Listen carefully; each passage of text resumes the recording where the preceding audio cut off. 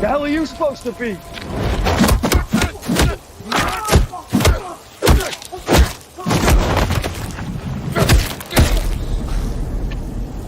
I'm vengeance. What's up? What's up, guys? What's up? AW here, World Order. How are y'all doing on this Tuesday evening, July 11th of 2024? I hope you're all doing good, man. Welcome, Let's Talk Pop, episode 88. Yes, we're back doing Let's Talk Pop. It's been a while since I did an episode. Well, not a long time, but maybe a week or maybe a week and a half. But welcome back to Let's Talk Pop, guys. I'm your host, AW in Order. And if you're new here, check out my channel for the first time, please subscribe, share, likes, do all that shit. Whatever you gotta do. What are you ever gonna do, man? If you're curious, subscribe, make sure to like, share, comment. Yeah, we're going on this show. We talk pop culture related topics, news.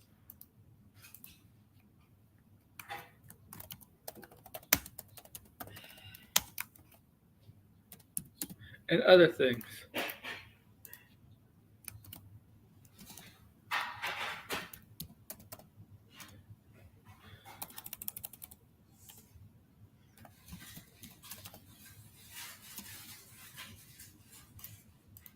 All right.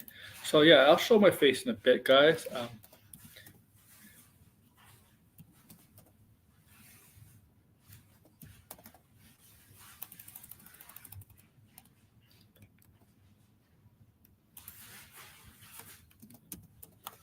All right. Yeah, we're gonna talk about our main topic, obviously. Sorry if I'm a little. Sorry if I'm not talking. I'm just busy.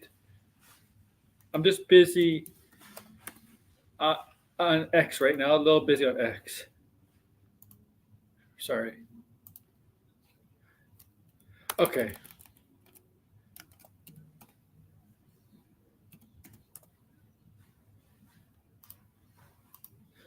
And so yeah, okay, man. Welcome to episode. Yeah. Okay. Whatever. Okay. I am getting sound invites. Don't worry. I'm just getting a DM from someone. Nice, nice.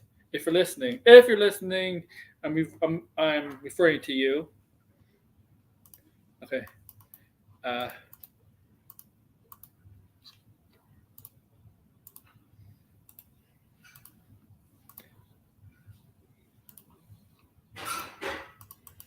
all free to come in if you have an invitation.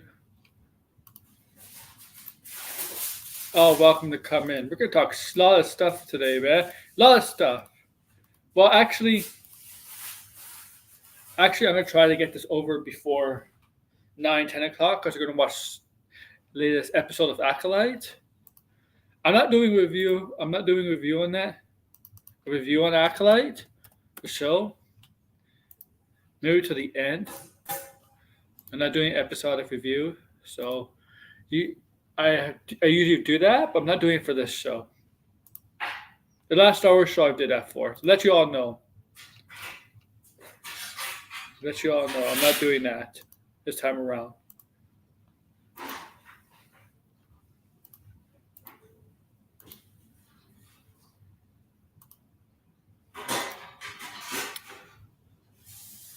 And welcome to my X viewers. X viewers. Welcome to the X. Alright, guys. Oh, man. Man, oh, man. Alright, let's get into this. Let's get into this. You're a Batman fan? Do you like Batman? Do you like the Batman like I did?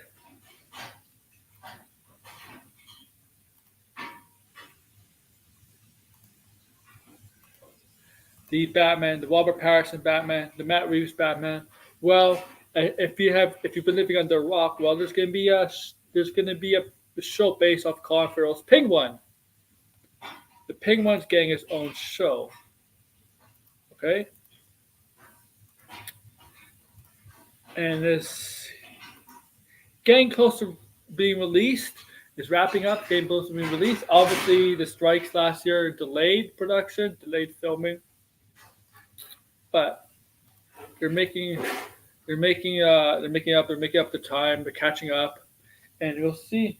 And finally, we have a release month, not release date. Just a release month. Okay, a month. When we finally got the release month of this show, and the month is September.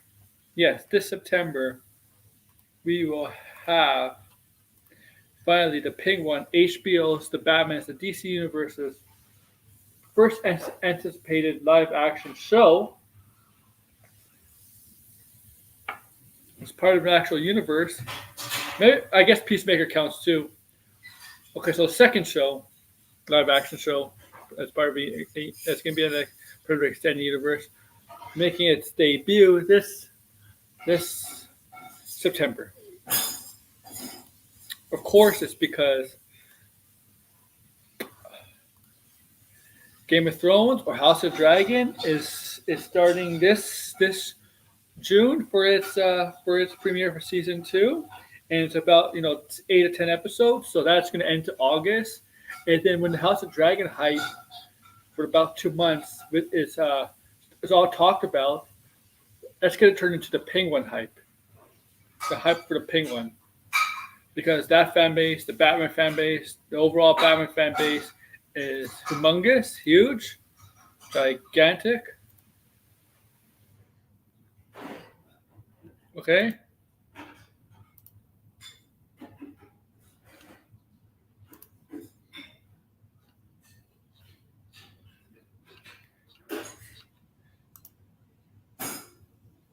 It's a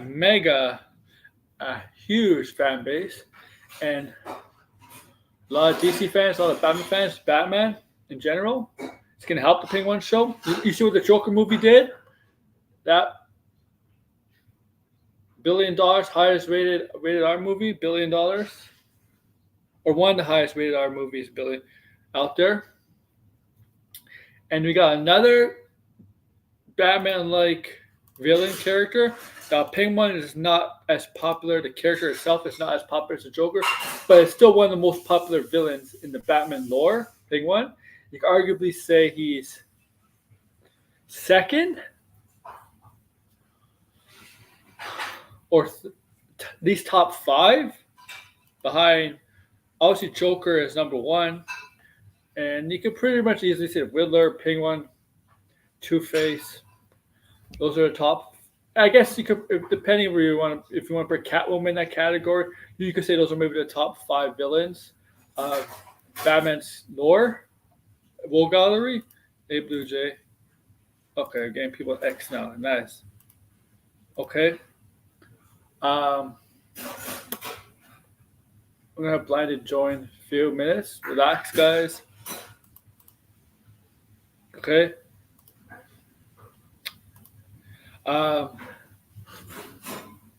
So I do think the show's going to do well. I hope it does well because, I don't want to be a disappointed Batman fan because I really liked the first Batman movie, and I really hope this show continues on a positive outlook for the Matt Reeves Batman universe, for Batman 2, Part 2 specifically, right? Because we know Part 2 has been postponed or delayed till 2026, a full year. Yeah, I'm just going to wait for people to come on. I'm going to wait for Blinded to come on first. If he's going to come on, and then I have people come on. Okay? And then the Grassies can come on. Yeah, like, we're not going to go long because I have to watch Star Wars, and I'm going to watch something else later. To let you all know. But the Batman, I'll let you, and by the way, now we knew we knew it was going to come out in the fall, and we got the first kind of teaser trailer, all right? First teaser trailer about 1 or 2 months ago, and we see other characters involved. We see the Penguin, you see the Falcone siblings, Sophia Falcone and Alberto Falcone. We also see the cousin Johnny Vitti, right? John. We also see Theo Wassi. We all know who Theo Wassi is playing. Now we know Mark Strong's been cast in the show. We all know who he's playing, Mark Strong. And we know about the show is about Penguin's rise from lackey under the Falcone crime family, right, to be him becoming the head of the number one crime boss of Gotham, right? And of course, he's going to be battling with the siblings of the Falcone family, who believe they have a birthright to the Falcone Empire. And then he's going to be obviously there's going to be probably other mafias, crime families, fighting for power. Who's going to be the dominant family, crime family once Carmine Falcone was taken out by the Riddler. Because they can see the Falcone family is weak, and there's a war for the control of the Falcone crime family with Carmine Falcone with a bunch of other guys battling for power, and Penguin's obviously that, and Falcone's kids too, and maybe others. Maybe Maroney makes a play because we know Salvatore Maroni's in it, right? Clancy Brown is Salvatore Maroni. Remember, he was in the teaser trailer. You see him and the Penguin. It seems like I wouldn't say that's Arkham. I would say that's Blackgate at the visitors. I guess when the inmates get to have visitors. Okay.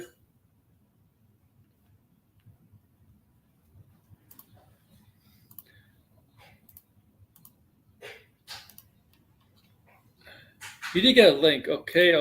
You got a link on Degrassi or whatever. Okay. As you know, this is very kind of like the Long Halloween in a way. It's just a different. It's just a little bit very. Oh yeah. Oh, it's Anthony. Oh, okay. Yeah, you can come in. Hey, Anthony. Oh, we're talking about Penguin?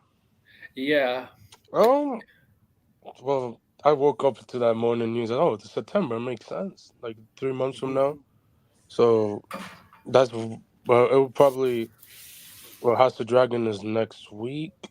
So this week I think. So it'll be by the time that finished, it will be around there. So Yeah. So I mean, it's good that they confirm it. It's unfortunate that Matt Reeves is not doing the Arkham show. That's going to be for the DCEU. That he's working with James Gunn for that, which is weird because I thought Andy would be working on that as well, but he's doing the. I think Andy Muschietti needs to collab with. He does. Yeah, he definitely needs Matt Reeves because he understood the character perfectly. He understood it perfectly. Don't get me wrong. He was like Andy for the Flash. I didn't like it. I think as a performance was decent. The Batman stuff was okay. It's just like okay, you could have just made a Flash movie instead of a Batman movie. Could have just asked for that. Oh yeah, can I make a Batman movie? Warner Brothers would have given you the green light. But you know, it's good that Matt Reeves is working with the Arkham show. That's gonna be in the DC. You could play all those toys because those characters for the Arkham show will be. You can't do that in the Matt Reeves universe. You just can't. Other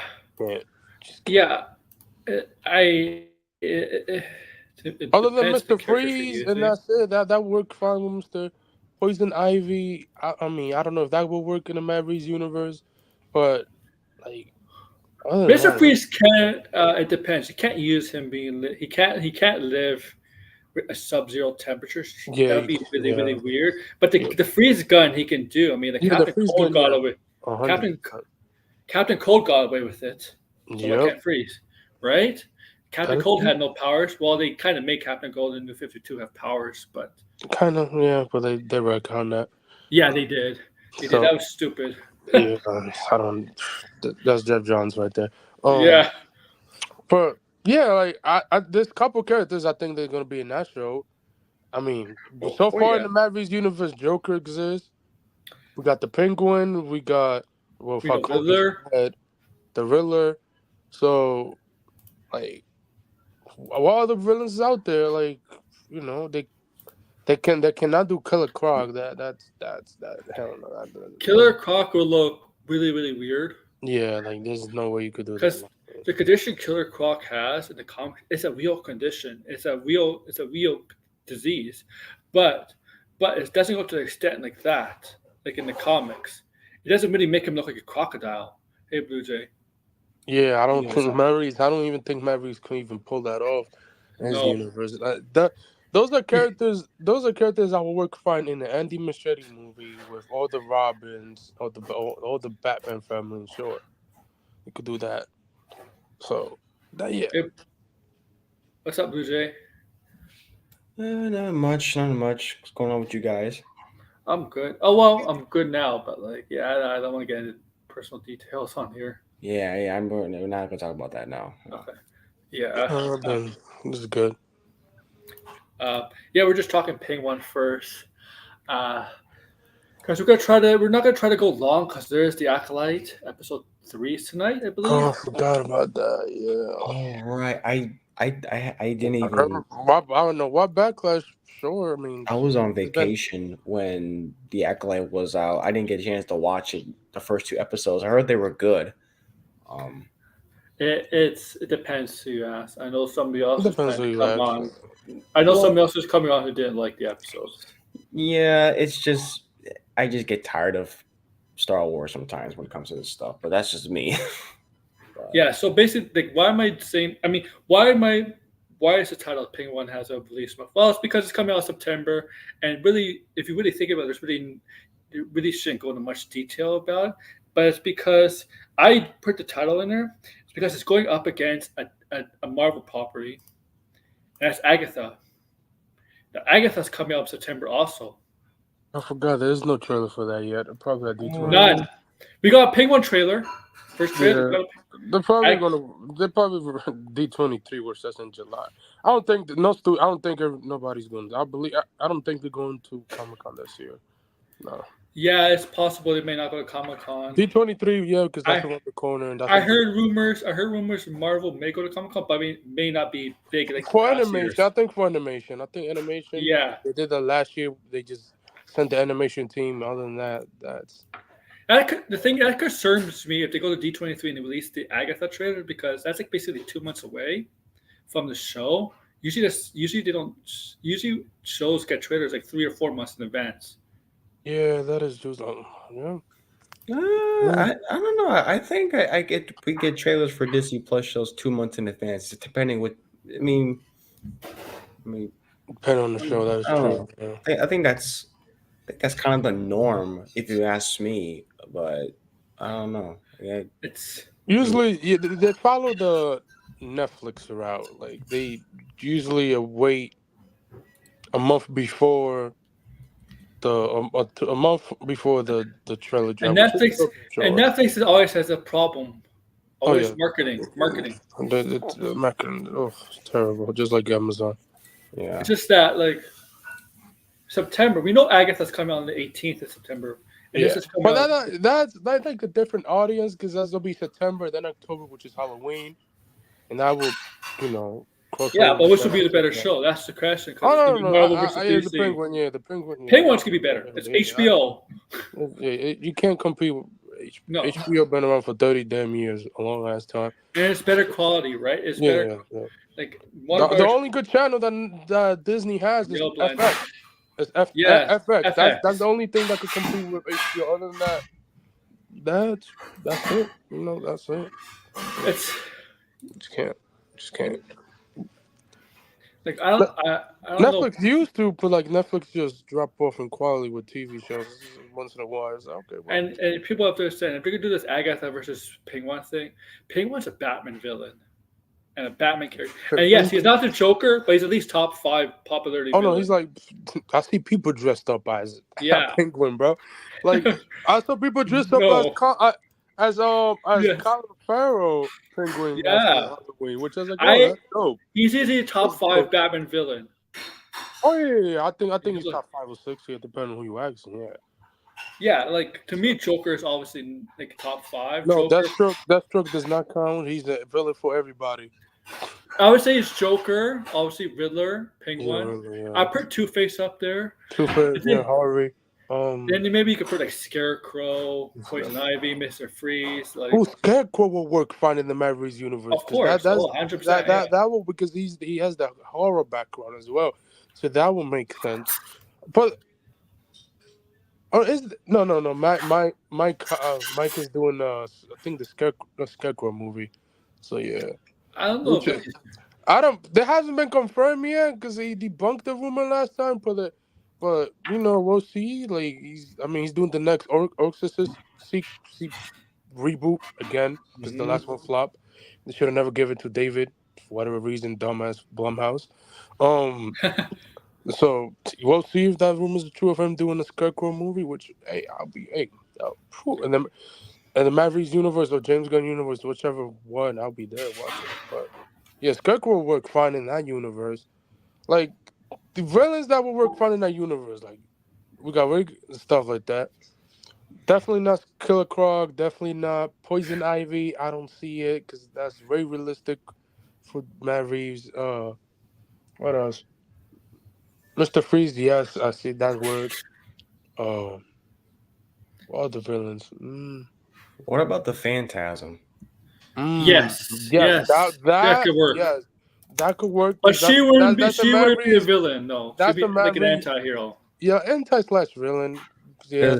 I would like, because one of Batman Mask of the Phantasm was one of my favorite Batman movies, and I kind of want to see what they can do with a character like that in live action. That would be kind of cool. What would they do? That character could work. Obviously, they changed it around a bit. Change it around. Yeah, like you can't do the flashback stuff. No, the flashback. No, you can't. Yeah, you can't. But the character, yes, I think that will work fine in the Matt Reeves universe. Yeah. So. It gets. He hasn't confirmed the villain for the next one either, which is oof. They start production next year. Stop it, Red. No. And it hasn't. There's no point in confirming the villain because there's no. There's no confirming until next year because that starts filming. Yeah.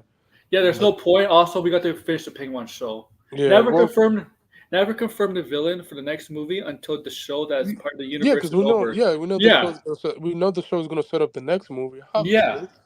We know the Penguin is going to make an appearance. You never know. I would love a Catwoman spinoff, but you never know. They might introduce a possible new villain in the Penguin show that we're all familiar with, who eventually becomes. I would love a Catwoman spinoff. That was one of the rumors last year that was going to happen. They're very, very, very mysterious with Mark Strong's character, who he's going to play. Nobody knows who's playing, and Theo Walsh's character, right? It's crazy. He's been in DC 3 times. So is Clancy. Yeah, he's been in DC. He's been voicing DC characters for the last 20 years. And he was in The Flash also. Yep. Like him and Mark has played 3 different. Like Mark has played Sinestro, the guy from Shazam. And yes, the villain, Dr. Savannah. He should have been the villain for the second movie. That was David Effenberg messed that up. He should have been the villain for that movie with Mr. Mind. Useless post-credit scene at the end of the movie, like that was useless in the second one.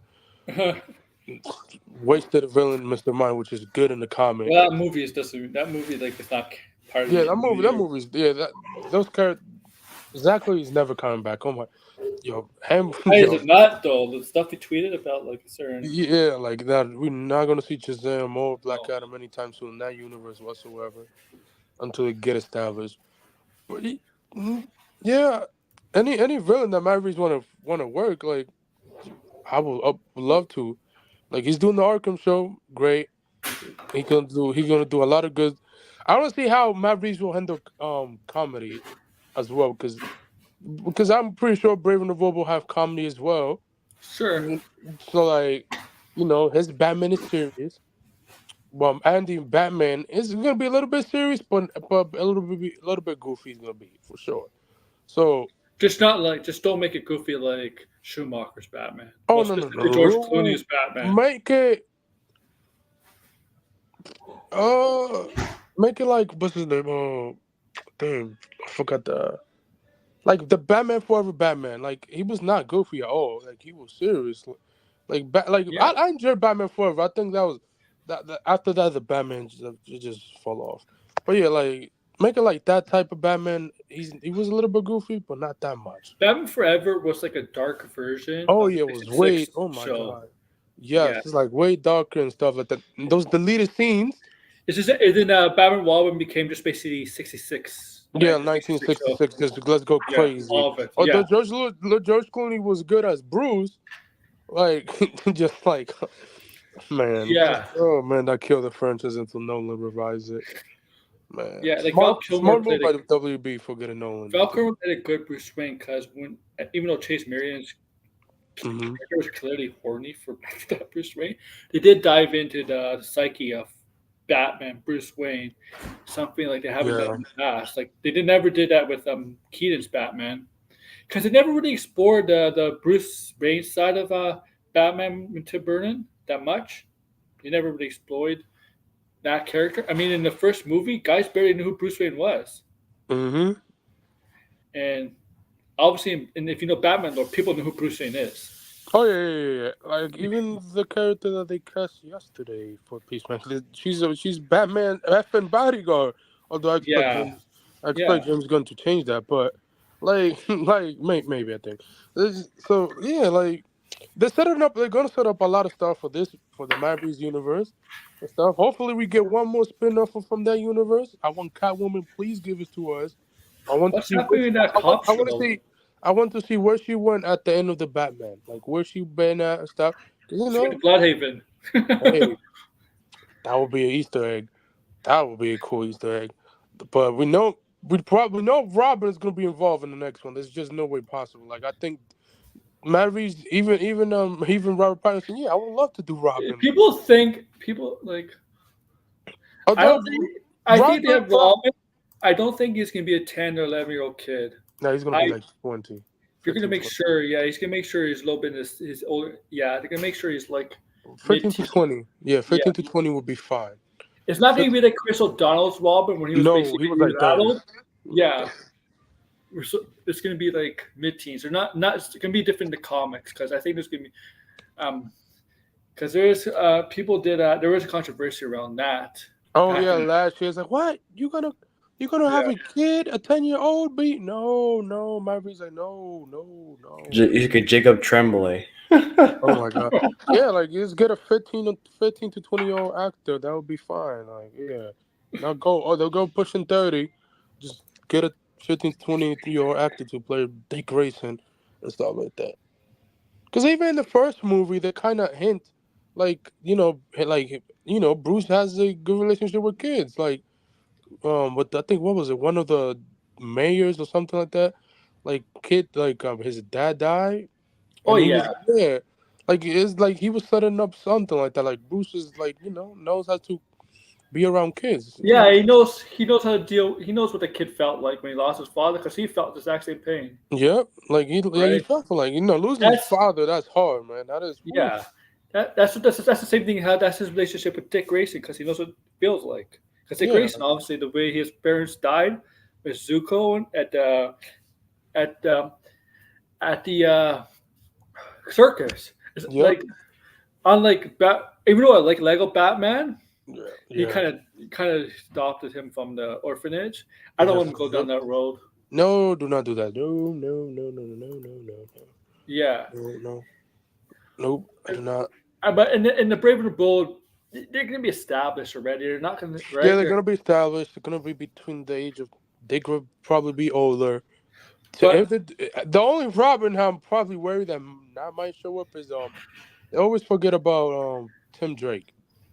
I think Tim Drake. Yeah, that's true. They always forget about him. Like, bro, like Tim Drake. Tim Drake's the smartest Robin of them all, though. Yeah, he's very smart. He picks up some stuff very quickly than the other ones. Yeah. Yeah, he's like right on Jason point. is the asshole who don't give a f. He just don't care whatsoever.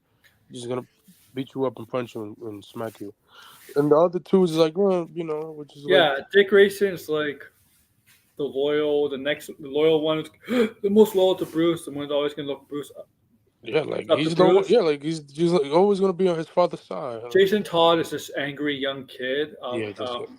And that's obviously caused issues because and then you got Damien, the most annoying little kid ever on the planet. The only problem is he's Batman's son. Yeah, he's his son. He has the same blood, and that's how we get it from because he has the same blood. The only thing that I'm worried that hopefully if they introduce Talia in the movie. Yeah, they're not. I hope they cast an accurate rage, not a white guy, please. Oh yeah, they mixed that character, right? They mixed the Rage and Henry Ducard character into one. Yeah, they did. Yeah, Henry Ducard was British, but Rage wasn't, like in the comics. That's the thing, though. That's that's the one thing I hate about the novels. Like, bro, you whitewash so many characters. They did that with Talia too. Yeah, right? Oh my god, that was the worst ending ever. She had like a French accent, kind of. Yeah, like what is that? Accent. No, bro, she's supposed to be Harab. Like, Slow. Slade has 3 kids. Slade, he does have 3. I for sure expect Slade to be the villain for that movie. It's for the movie. The T-Times. The thing is, I know in this universe. Yeah. In this universe, like they said that the heroes are gonna be like there's gonna be no like origin stories or anything like that, right? They're gonna be established. But I think that could work for some characters. But for Dick Grayson, if he's giving me a T-Times movie, I'd like to see how his relationship with Batman, some flashbacks too. Flashback on how he became or how they met. Yeah, some characters need that because we haven't seen it on screen yet. If you're going to introduce new characters that haven't been in a live action movie, we kind of need to see how it came to be, especially if you want to try to get more people in the casual audience, because not all of them read comics. Oh hell no! I don't know. Not a lot of them know. The audience know Dick Grayson and Jason Todd. They don't know. Comics is not really it's a very niche market. So the point is, I'm gonna pick a specific character. Like a lot of people don't know who Peacemaker was. Right, so they had to explain his kind of a story in his show because no casual people will know Peacemaker was a comic book character. Nobody know, bro. James made that a household name. And everybody dressed up as him, and just like he did with Guardians. So. And with the Teen Titans, I think the Teen Titans do have a bit of more of an audience. Yeah, because they're well known. They've been around for 2 decades, 3. But if you're gonna do Booster Gold, people might know Booster Gold from the animated show. The only one like him and Skeet, the little robot Skeet. Yeah, like that's it. Like sure, okay, yeah. I can understand for Batman and Superman because everybody knows Batman. Yeah, everybody knows. Yeah, they've been around for and maybe Wonder Woman to an extent, even though they kind of change Wonder Woman's origins all the time. Yeah, they change her like Clay. Clay. She's the father of Oh, the daughter of Zeus, yeah. Yeah, daughter of Zeus. Like, okay, like which one is? Are you gonna do with the Clay route? Or are you gonna do? That's one thing that Wonder Woman prequel show needs to establish. Which route are you gonna go to? Because that show is gonna definitely be about her mother. So, like which origin are you gonna do? Like, there's so many origins. What's up, George? Hey guys, hello. How are you, man? I'm doing all right. Hey, 3, 2, 1, Cancun. I don't know. Oh, you're going to Cancun? Maybe after the summer. Maybe I'm gonna my off season. Close to YMCA retirement. 2 more months. Cancun is a beautiful place, though. But I don't say Damien is the worst Robin. He's just annoying. People's gonna be annoying when we see him in live action. He's gonna be the most annoying person ever. That's it. He just don't care. He don't care about the other teammates. He just care about himself. Now, hopefully, they don't do the live action Raven relationship. Please do not do that. Raven? Oh. Yeah, from the animated movies, from the New 52 animated movies, like him and Raven has a relationship. So, oh, yeah. I don't see that. Or maybe he'll have a relationship with Starfire, Dick Grayson. Yeah, well, that's a relationship. I wonder how they were going to handle that. So everybody been asking for that relationship. We could look like the last season of Titans. They give us that. I was like, okay, you could have just did that from the get go. Yeah, you could have just did that from season 1, but whatever, I guess. My Teen Titans will always be the 2003 show. When there's trouble, and they fool us. They fool us. They fool us on that post credit scene for the Teen Titan Go movie. Like, come on, man. That's bait. That is bait right there. I actually like that Teen Titans Go movie. You see, it was okay, but it was okay. But they bait a lot of fans. It was funny. They did bait a lot of fans into thinking we get into season 6 of Titans. No, you're not. Oh my goodness! I mean, you got a Teen Titans Go versus Teen Titans. We don't talk about Teen Titans. We don't talk about that movie. You should watch it. Yeah. No, we don't talk about none of that. Like, show the TV show, Kofi. Show the TV show. Teen Titans Go is funny sometimes. Like, I enjoy the Zack episode. That was funny. Teen Titans Go is like okay. Okay. It's not that Teen Titans Go was a bad cartoon. It just like Cartoon Network treated it like it's SpongeBob. A predecessor. Yes, it's like SpongeBob, and like as a predecessor to the 2003 one, even though they had the same cast, but it's not. So it just got so overplayed. I mean, to be fair, it wasn't the worst Cartoon Network reboot. No.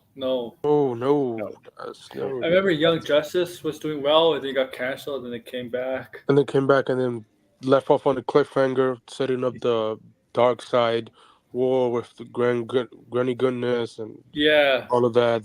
The fear, yes. Oh, one day we will get. One day. Restore the Young Justice first. Hey, one day, hopefully one day. It's just.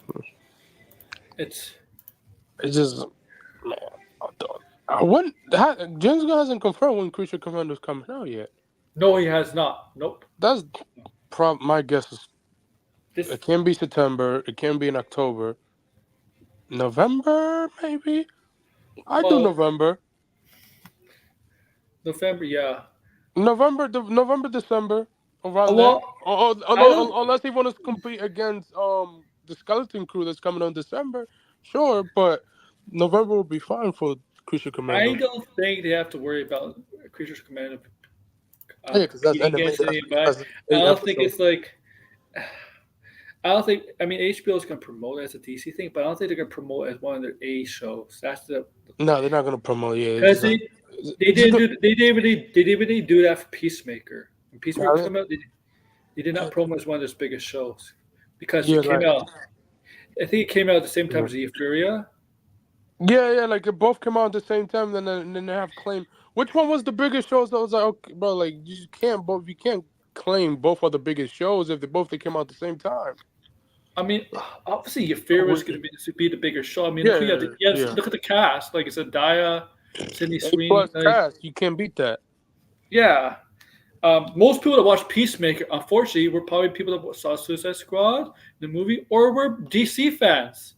Yeah, I watched it. I didn't like the first 4 episodes in that show until next 4, and then to the next 4 was great. I was like, oh, nice.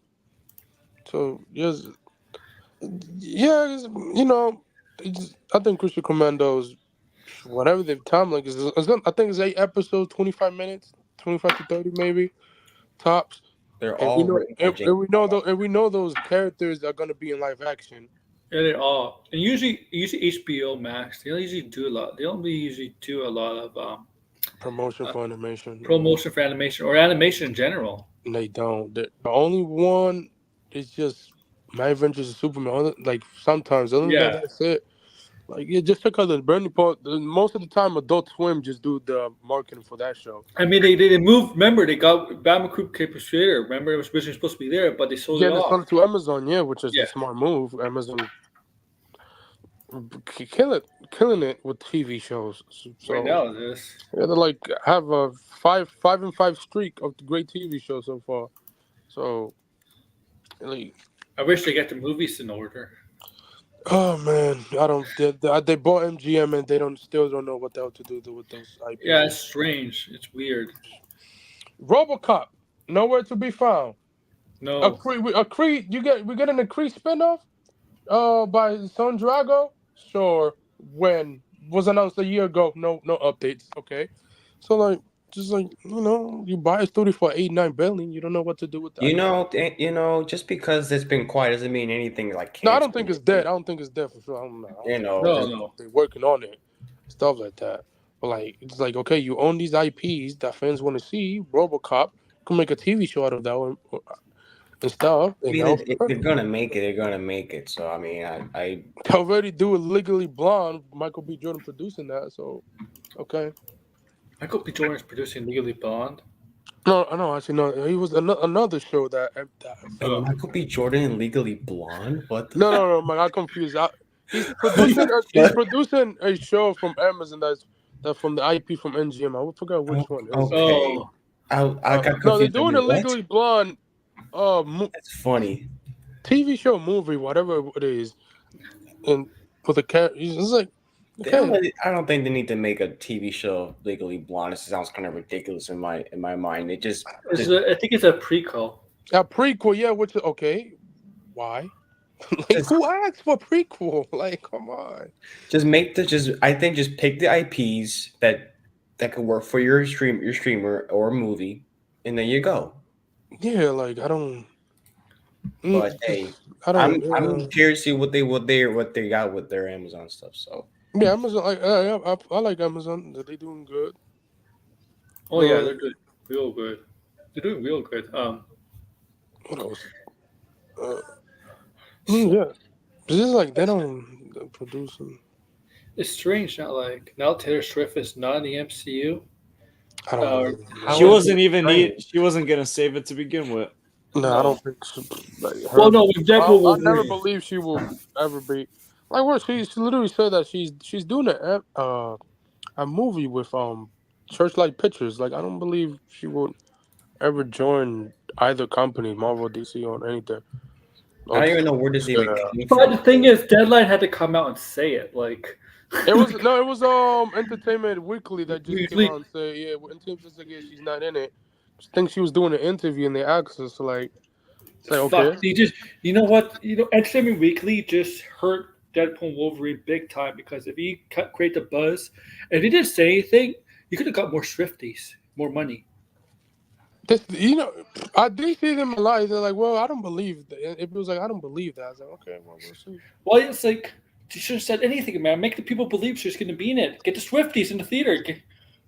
Yeah, they think that she's in it, but I was like, okay, sure. They can't sue for false advertising. Deadpool and Wolverine Marvel never said she's in it. So it's not like an Anna de Armas situation with the Beatles movie. Yeah, that's false advertised one. Yeah, it's not like that because no.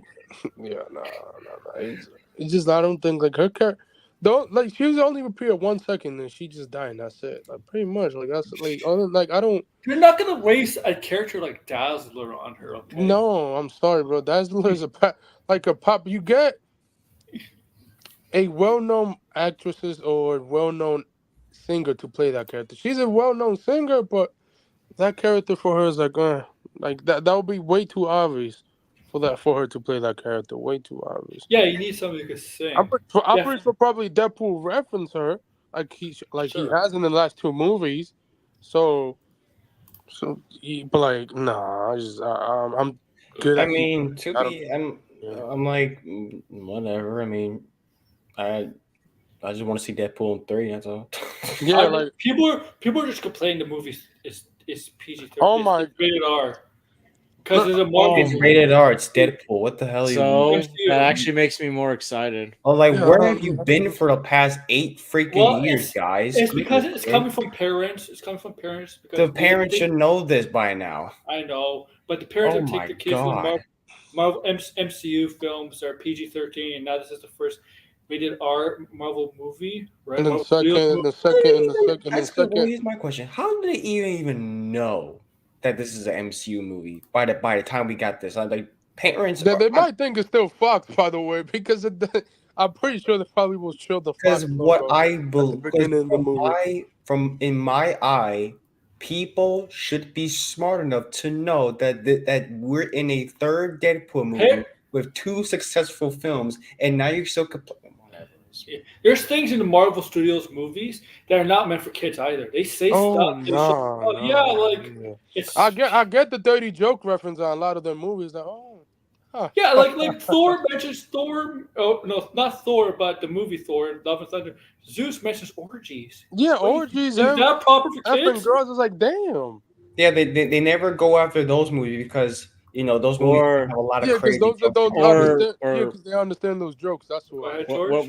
When Spider-Man: Homecoming, I know that's a Sony movie, but when Ned said, "I was looking at Korn." I was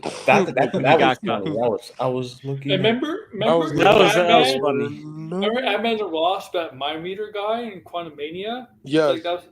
Like you show his booty cheek. Yeah, like, bro, Thor did that. Yo, literally, even Thor show like, come on, yo, like one of the first scenes of the MCU in the first Iron Man was Tony Stark in bed with a reporter. Yeah, like having sex. That wasn't amplified. Yeah, he's having sex with her. And I know that was before Disney, but still, it was a PG-13 movie. Like, these kids never would read the comics because of the comics. It's, you know how crazy the comics you see the pictures. It's really like it's a lot more violent, a lot more gory in the comics. Yeah, like here's my thing. I'm saying we're in 2024, right? We have 3 Deadpool movies. Where the hell have you been by complaining? That's just my question. 10 years of the it's because they're upset. It's a Marvel Studios movie. Now my kids can't see it. Kids go see Deadpool unless you're unless if you're a smart okay, I'll just hold on. Let me put this. How do I put this? If you are mad at the fact that kids can't see Deadpool, then you are an insecure parent. I seen parents buy kids. I used to see parents buy GTA. Oh my god, bro! I used to play GTA. Deadpool daddies. Kids used to curse the shit out of me. Oh my god! How many kids saw Titanic? A bunch, I guarantee a bunch. Oh yeah, and guess what? There was nudity in there, still like right? number 3 or 4 all time. Kate Winslet was nude, right? Taking a picture, right? They were painting, right?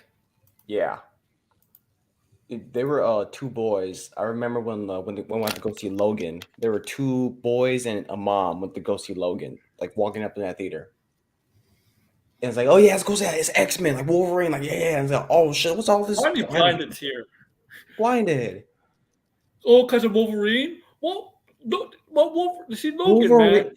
Oh my god. Hold on. The first and the only time before this movie came out that Wolverine was in an R-rated movie was Logan. He was in PG-13, X-Men, X2 United, X-Men The Last Stand, X-Men Origins Wolverine, Wolverine, and X-Men Days of Future Past. Hold on. He's always been in PG-13 movies before Logan. If Deadpool does end up in Secret Wars, it's not going to be rated R. No, he get bleep. Yeah. Well. Here's the thing. Yeah. I would love it if they make a joke where Deadpool's like, unfortunately, the person in charge of the multiverse said I can't use that word due to this movie. Yeah, he's gonna bleep.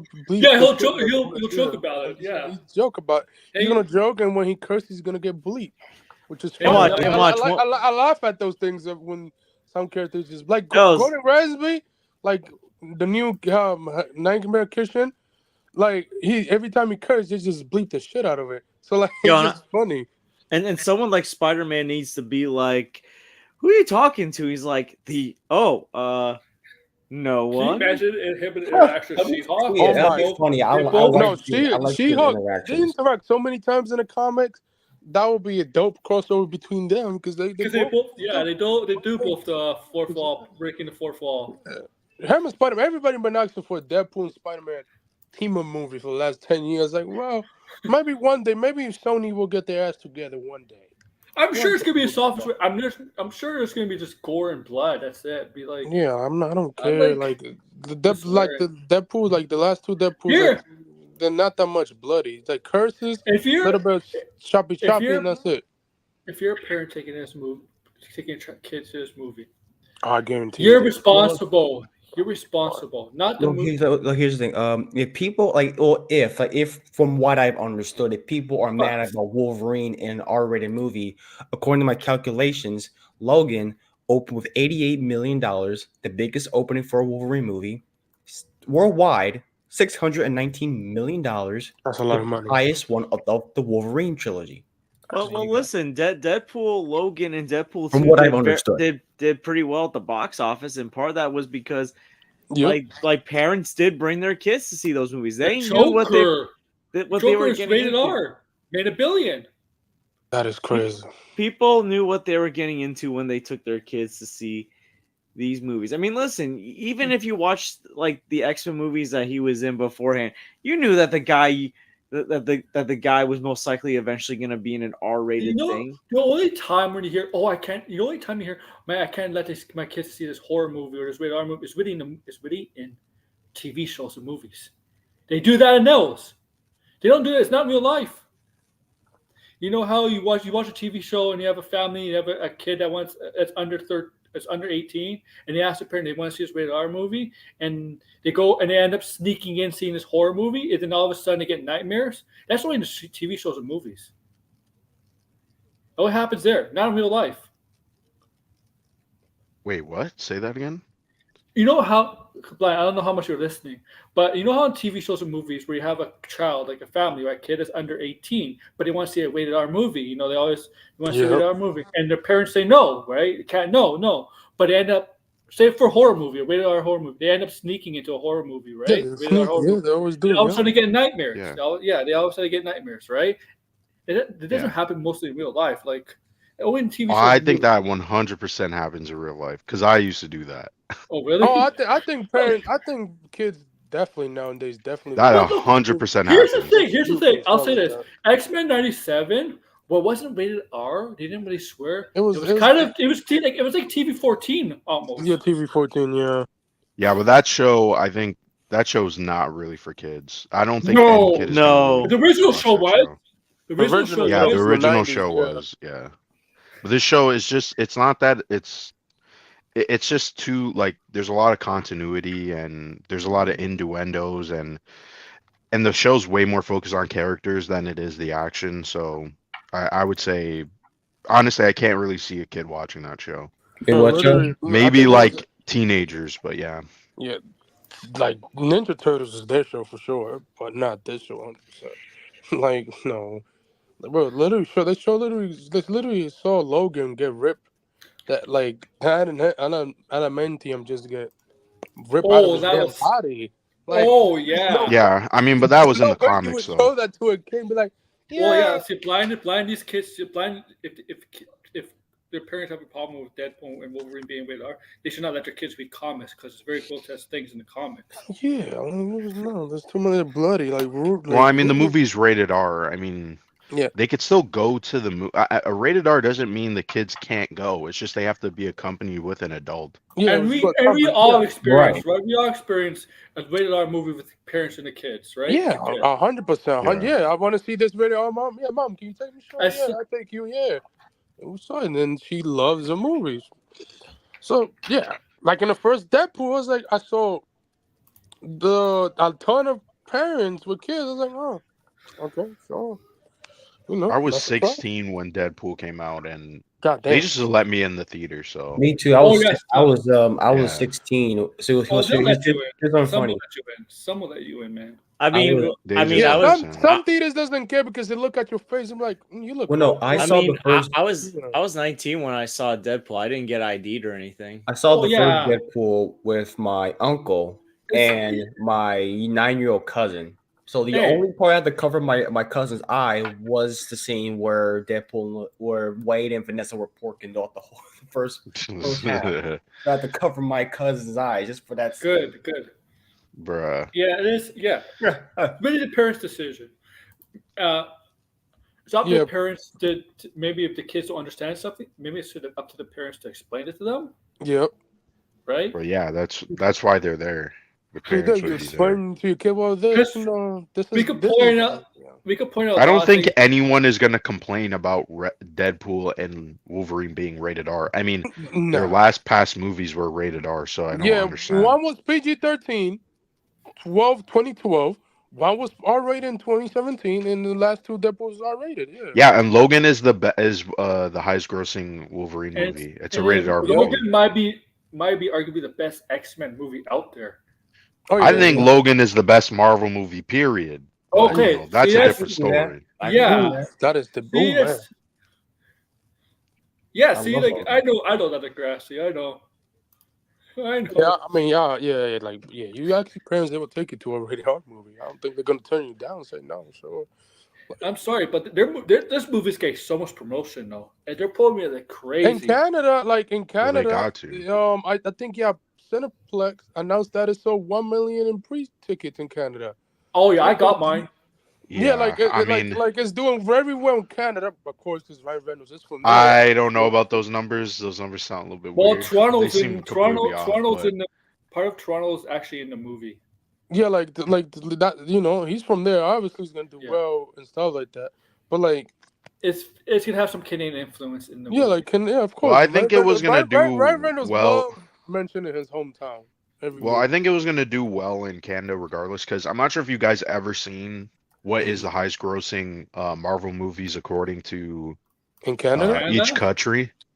To each country. Yeah, the best. I think the best movie is Guardians of the Galaxy 2 and Deadpool.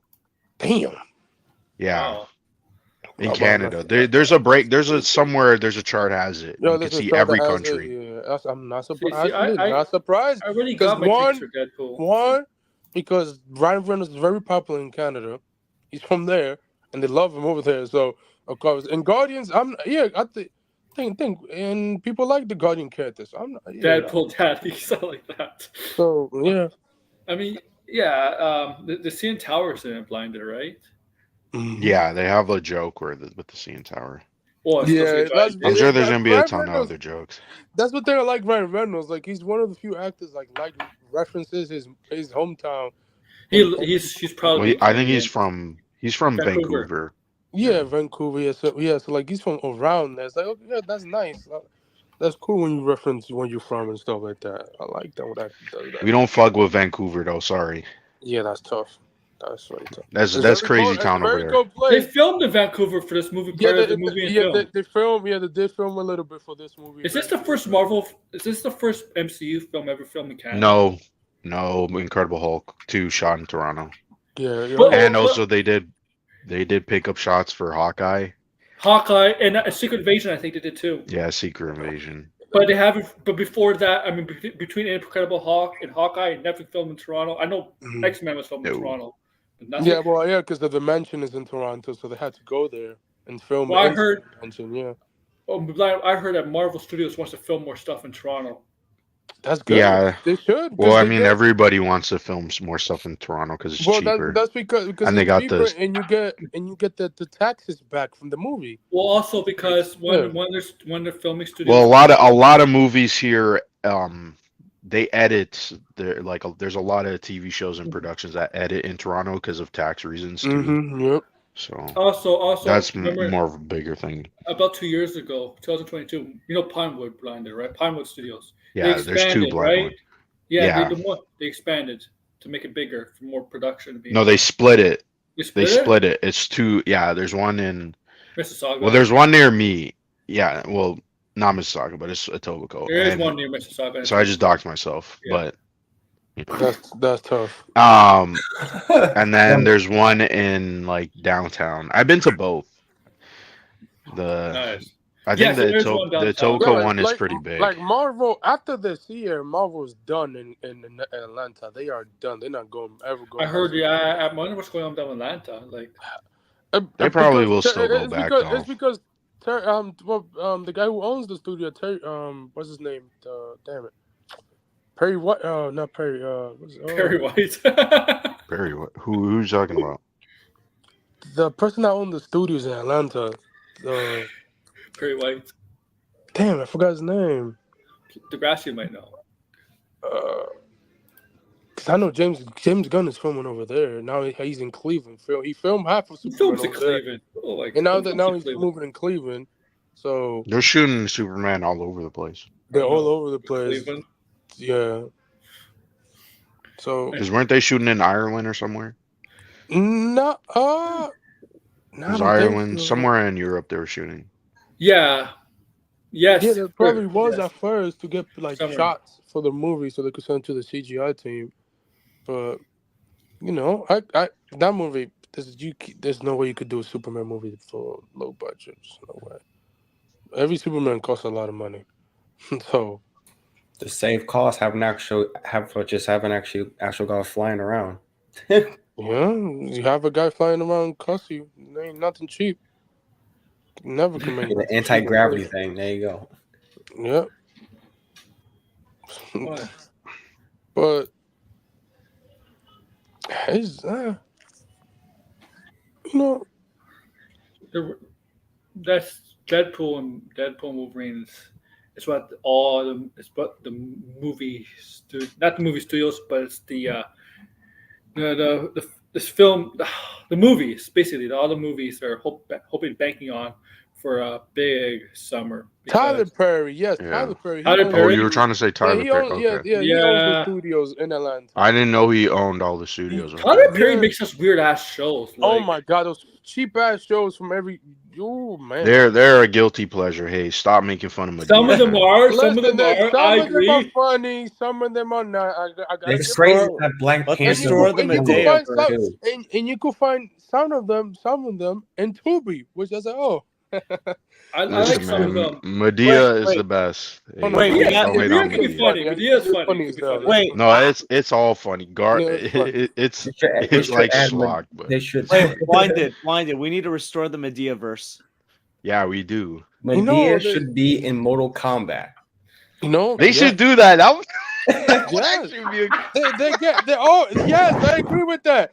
They always get all these celebrities for every Mortal Kombat game. How about that would set the internet on fire. Like someone needs to actually do that. That would be fucking holy shit. I would need to see that. He played so many characters in Medea movies, right? Doesn't he play like the? Yeah. Yeah, he's like a ton. He wear a ton of makeup. But he does get good actors and actresses in some of his movies, though.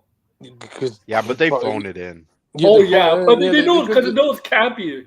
Yeah, and the story's always garbage. You're only there just to see the schlock and the craziness. He makes a ton of money from these studios, and he does. Tyler Perry could be a serious actor, though. We have seen the serious roles. Blinded, I got a suggestion. Break the minds of people on the internet and say Medea is better than any superhero franchise. Oh my god, that is tough. Medea saves the MCU. Break the minds of MCU. Medea is a new Kang. The Sims. Medea is a new Kang. Man, Medea the Conqueror. Medea the Conqueror. That's tough.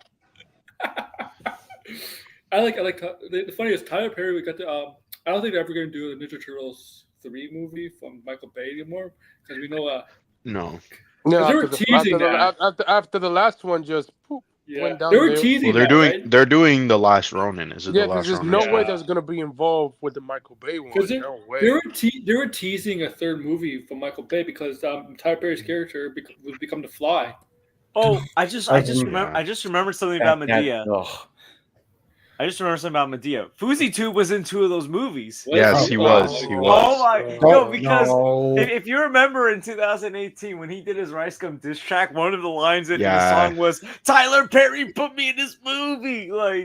He used to brag about Tyler Perry being his mentor and all that. Yeah, he used to. What happened to that? Yeah, exactly. What happened to meeting Drake? What are we gonna get this picture of him with Drake? Yo, he never met Drake. All he did was like brush shoulders with him, and he was like, "Oh my god, that's Drake." Yo, that's Drake didn't even look at him, bro. I met Drake. But you brushed your shoulders with him, bro. Wait. This is what Keemstar said. So you didn't meet Drake. He just looked at you.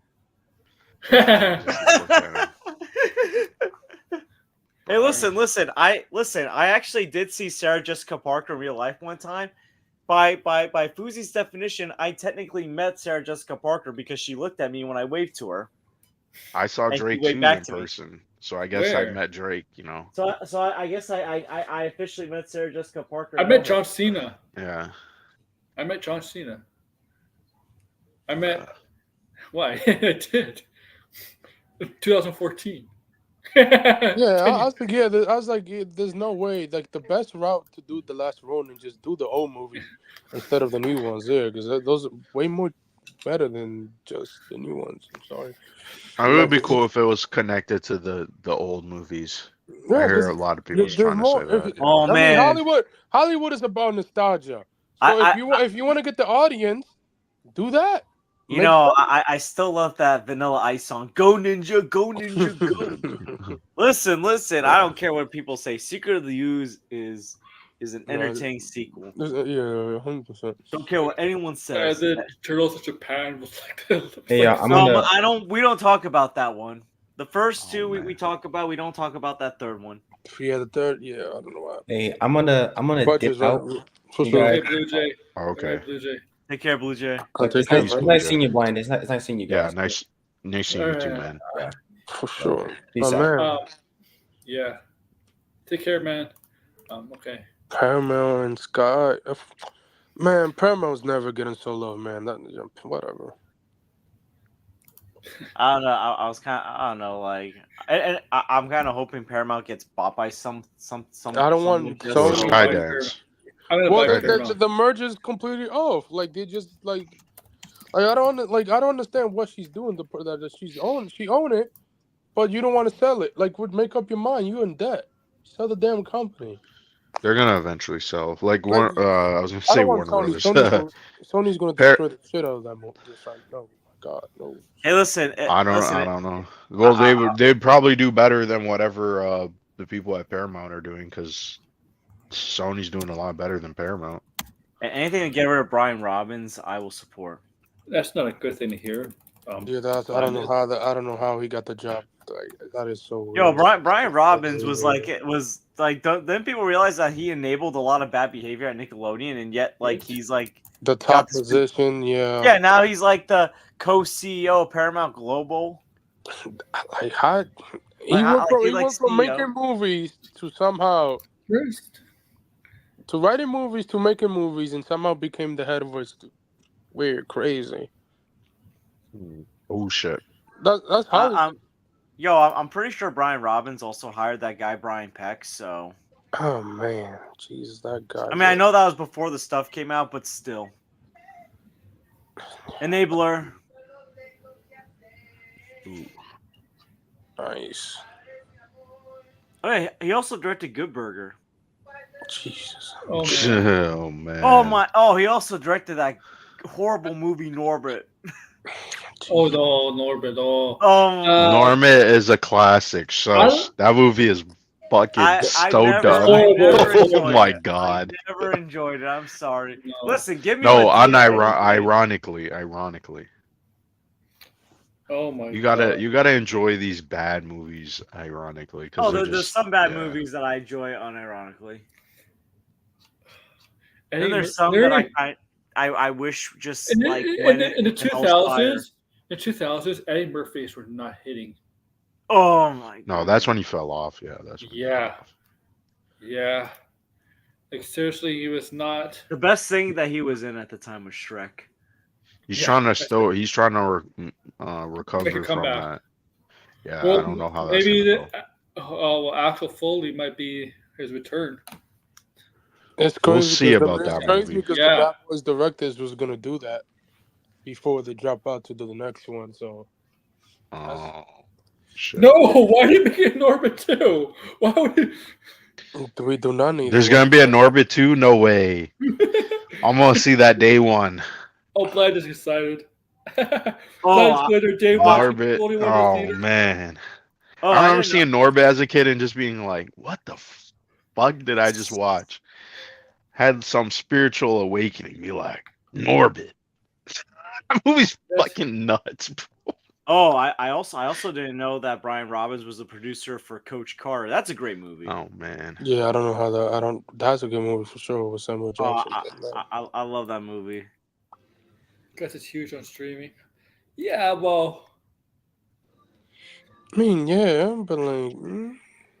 So I don't know if this is 100% factual. The next topic, but Booster Gold may have found a writing team. You heard Blinded? I know you heard about it. No. Apparently, it might be written by Danny McBride. You know Danny McBride is, guys. Oh, Danny McBride. He wrote I the hope last it's 3 Halloween movies. yeah. And After the John last Friday. Halloween movies, I mean, listen, his forte is comedy, but after the last, or at least the last, he doesn't do as the much last comedy. Halloween movies, yeah. He does. Yeah, What are you and talking also, about? Danny McBride? Yeah, Johnny McBride. Danny McBride. Danny, yeah. Also by Jeff Bradley. Yeah, and, Danny McBride. He's mostly known for comedy. Well, yeah. Comedy. I mean, I guess that's fine. I'm just, I don't know. The last Halloween movie was so fucking bad. It was I'm like, he needs to do something else, like go back to his roots. This team I mentioned, right? They're a team, so they wrote on a bunch of HBO Warner Brothers projects together, like The Righteous Gemstones and Vice Principals. Yeah, they work. Yeah, that's Danny McBride's show, right? Yeah, they work. I mean, I like Danny McBride's shows. I really did like his first show that to me that maybe know him was Eastbound and Down. Yeah, right. Yeah, that was a great show in like the late 2000s on HBO. That was a fun show. That's what I think to me got him on the map. Obviously, then he started to get more popular. Obviously, and obviously he was worked with a lot of Will Ferrell. But I think it was just super bad, wasn't he? Was he in Superbad? I don't think so. He was in Pineapple Express. Pineapple Express, yeah. He was in Tropical Thunder as well. Another Seth Rogen movie because I was thinking Seth Rogen. That's why. Yeah, Seth Rogen. I was confused when I saw. It would have been smart if he would have got Seth Rogen to do this, but he's busy doing his shit for Amazon. Well, I guess it's because I think eventually, you know what? Here's my prediction. I think Seth Rogen is eventually going to do something for DC because he's building up a really good track record. Yeah, he's good. Yeah, because The Boys is done with season 5. Yeah, well, I mean, producing wise, right? He did The Boys. He did TMNT. Yep, he's and doing the Venom. TV show. Doing the so. Oh Lord, you're the hell, Jesus. Yeah, like he's a good producer. Ever since he stopped making ever since he stopped making movies, he's been on the road lately. Yeah. So, which is good. Stay doing that. No more movies. And keep smoking pot like you always do. But like just stay producing, and so far you got a great track record at that. Yeah, I would like to see what he does with DC. Or producing wise. If it's true. It could be comedic, it could be serious. James Gunn debunked the filming date because according to Scoopers, it's listed with the filming date. There was supposed to be a scheduled filming date July 8th. James Gunn said debunked that it's not true. That's not true at all. Actually, there's been for this case, there's actually been like no official word that these are the writers. Okay. Right. Yeah, it's been like 9 hours and he still hasn't said nothing. Yeah. None of the major trades came out. He confirmed the Green Lantern news like an hour. Yeah. And like. By the way, I just read Green Lantern Earth 1. Dude, I'm way more fucking excited for that show. And I was excited before. That book is fucking really good. Like holy shit, you guys need to read this book if you haven't. I'm gonna read the second volume, but if that's the premise, if they take pretty much everything from that, which I know most people would be like you made the Guardians the bad guys and like the Green Lanterns aren't connected, and there's certain rules that are completely changed, like the mythology is kind of thrown out. The Guardians are the bad guys because they built a fucking robot to kill people. Yeah, like they are the bad guys. You can't not build something and to kill people and not be bad. Like you still. Yeah, but I mean, like in this one, they are the ones, bringing about the Yellow Lanterns and Yeah, kind of like it's just like, oh shit, this is going in a It's totally funny. It's different funny. It's direction. funny. In the Green Lantern movie, it was No, It was I one of the haven't early. actually read Grant. Are you talking about the recent Grant Morrison the run? Grant Morrison one. Uh, Then like the one, is that still going on? When did that come out? Let me I don't just Google know. that. It's Because I funny because remember if you seeing the then art for the first issue, and I was like, "Oh shit, that Yeah, looks because I know nice." James Gunn said the show is going to be about. It's going to be similar to it's, the True Detective. So it's like okay, sure, but like I don't. Hopefully, it's not. No. With that story that's in there, that makes sense. That makes a ton of sense. That it would be they're like looking a for like a mystery they're true looking for like detective. a 43 to a 47-year-old actor to play Hal Jordan. Jesus, Yeah, always. which is fine. Yeah, which is fine. I mean, they're gonna introduce John Stewart, so it's gonna be like The Grassley thinks it's Bradley Cooper. I If they, mean, Bradley, someone who's like he's Bradley around Cooper. that. That would make He's around sense. that age, for sure. if that's what I don't that's think it's if gonna I'm be pretty, Bradley Cooper. It's I gonna might be be a Bradley mistaken. Cooper type of actor, Oh, I right? might be mistaken. Somebody like Bradley Cooper. Someone like Bradley Cooper. I don't Yeah, think they could get Bradley Cooper, but we'll they see. could get Bradley Cooper. They have the money. Yeah, but for TV, Sure, and he's got to show up like multiple sure. times, Now at A-list least, at actors, least. A-list actors do TV all the time now. The top ones too, man. I don't know. Robert Downey I don't Jr. know. is That seems like a Robert Downey big Jr. is ass jump. Yeah, doing he's doing HBO. yeah. Yeah, I heard good things Yeah, about it. but I don't know. Yeah, but we're talking about a character who's gonna appear in different stuff. That's what I mean. I don't understand That's how. oh, you mean like he wants to if he wants to be in Yeah, and it's not like Rocket okay. Raccoon. Rocket Raccoon was him just coming to the voice Yeah, booth just and voice Wolverine, yeah. and Sean Gunn just How did the about CG Vin mocap Diesel shit. as how about Vin Diesel's Johnson? We gotta do it for the lack of No, family. no, No. I'm pretty sure. no. I'm pretty Keep sure. him away. 100%. I'm Keep 100% him Vin Diesel. away. We are 100% know Vin Diesel's I'm gonna do gonna it. have to check out Grant Morrison's Green Lantern though. But Earth One, Green Lantern, that everything that's in that book, they should just all like the ideas and the world building and the lore, just put that into the show because I think that's gonna go way better than what the that Ryan Reynolds Green Lantern movie did. Like like some people are gonna not like it because it changes. There's some changes where you're like, yeah, that's they didn't say the famous line. They didn't. There's no like the Green Lantern chooses you. There's none of that stuff in the book. It's just sort of like Mm-hmm. Jordan finds the ring and then he gets sucked into this world and then he's like, oh, how come the Green Lanterns disappeared? It's like an entire mystery. So I think if it's like that where the mystery is what happened to the Green Lanterns and where did they go, that makes sense for the show, right? Because then you could do that on Earth. You could keep it on Earth, right?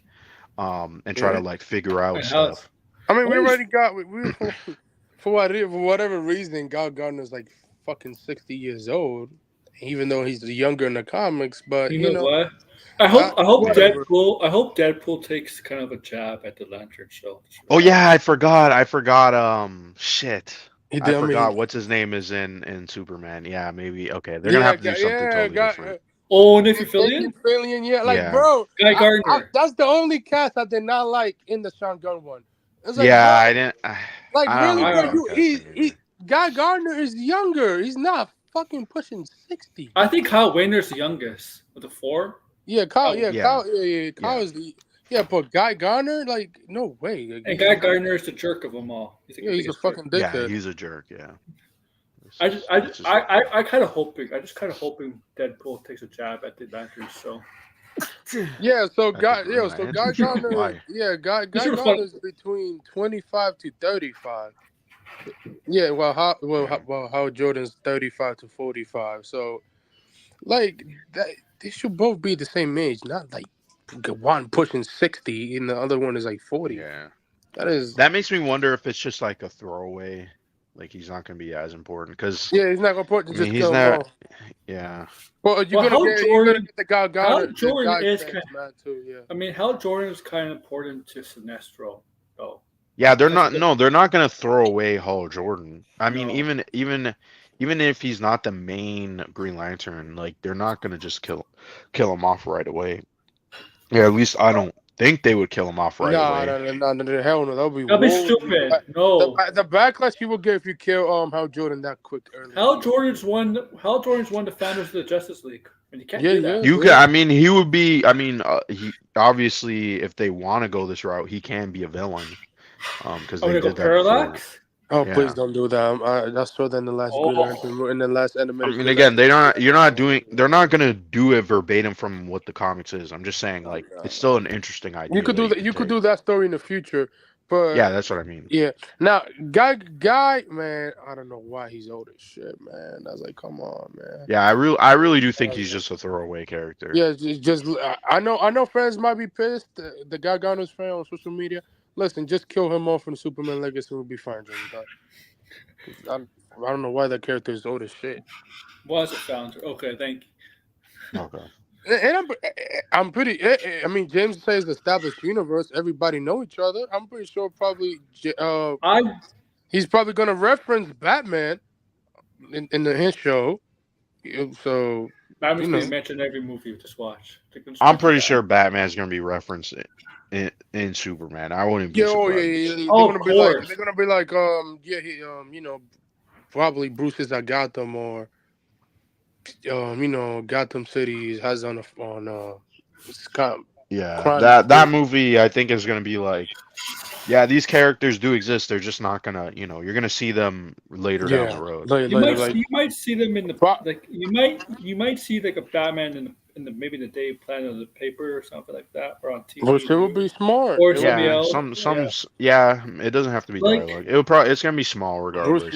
Bruce Wayne owns the Daily Planet. Oh man, that would be funny if they do that. I own it. So, but not like they're probably gonna be in the news background. In the news, talking about God, Bloodhaven, Central City, I forgot where it gone. We know. Yeah, Sacha Bardot. Is that her name? Bardot? Yeah. He's Bruce Wayne bodyguard. I don't know why Bruce Wayne needs a bodyguard. He's freaking Batman. Yeah, I don't know why. You see, because it's part of his thing. It's part of his. Because he's both. He's Batman and then Bruce in the early days. If he was his own bodyguard, you don't think people would catch on? He's a whole shit. All these damn moves. He just doesn't. But Bruce Wayne, even as Bruce Wayne, he's able to know to handle himself. He knows that. Yeah, but his whole thing is that he's kind of like he's like no one's supposed to suspect that he's Batman. So nobody. Kind of like he's a bit incompetent sometimes. Yeah. Like the only person that knows lover too. They were lovers also. The only person that figured out Batman easily is Rage Al Ghul. That's it, Rage. That's the only one. That's what he don't. The detective. Well, Hush knows who he is. And Hush as well because that's his friend, and Harvey Dent as well. So like, a few people know, but Yeah, like the cast, I wonder if James gonna keep that. Rage knows who this is, but Rage has a little bit of respect for Batman, not to reveal the identity. Like that's some of the respect he still has for Batman, right? For Bruce. Yeah. And same with Hush, because Hush wants to be Bruce Wayne. He doesn't really, he doesn't really respect Bruce, but he doesn't want anybody else to go after Bruce because he believes Bruce is his birthright to go kill. Oh yeah, that's another villain from the Batman that Matt Reeves could use. Hush, please use that one. I don't know. Yeah, I don't want to see that in James.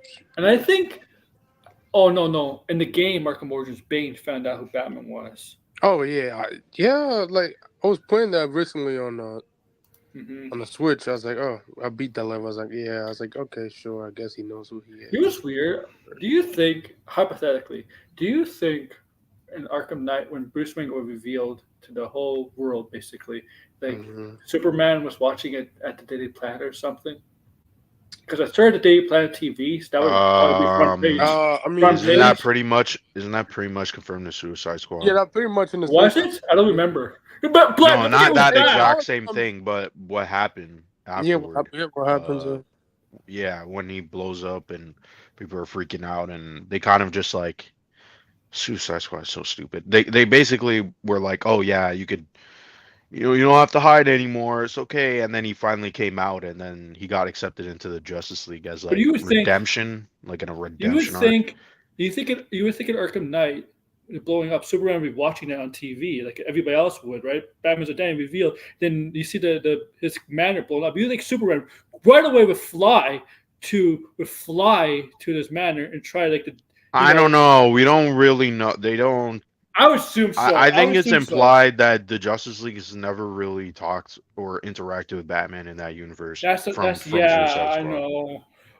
That's because he did join up later. But he was still even. Unless like I said, Suicide Squad's really stupid. And to be honest, I think the Arkhamverse is pretty much dead. They're doing a sequel on VR. Well, yeah, I mean, we're gonna play that VR. That's a sequel to Origins. I mean, a sequel to Suicide Squad. I don't think that's gonna happen. No, that's completely fucked. Or a game that is after Suicide Squad. I don't think that's gonna happen. No, I think are they going to the Justice League? Were just clones? Are they gonna go down? No, there weren't clones. We know what they're gonna do. They're gonna say they're basically. It's either okay. They get revived, the ones that you killed, or they're alternate universe ones. I'm assuming it's just they get revived because that's like was in audio and stuff. How's Wonder Woman get revived? Because she basically disappears into dust. I don't even know. I mean, she I don't even know. Listen, the game is. She's from. It is what it is. All the other Justice League characters: Flash, Green Lantern, Superman, Batman. They all just drop on the ground. Yeah. But Wonder Woman basically gets into dust, man. Like suicide. Like if she gets dust from the Infinity Gauntlet. Yeah, she's literally a god. Yeah. Kill that. I mean, her and Superman. There's no way you can kill that quick for sure. Yeah. Unless they do comics or whatever, I think the Suicide Squad was such a disaster that the game they could pitch whatever game they want, but people after that article that came out, there's really no point in hyping up whatever Rocksteady does next because it's pretty much done. They're pitching it a brand new game. I was like, buddy.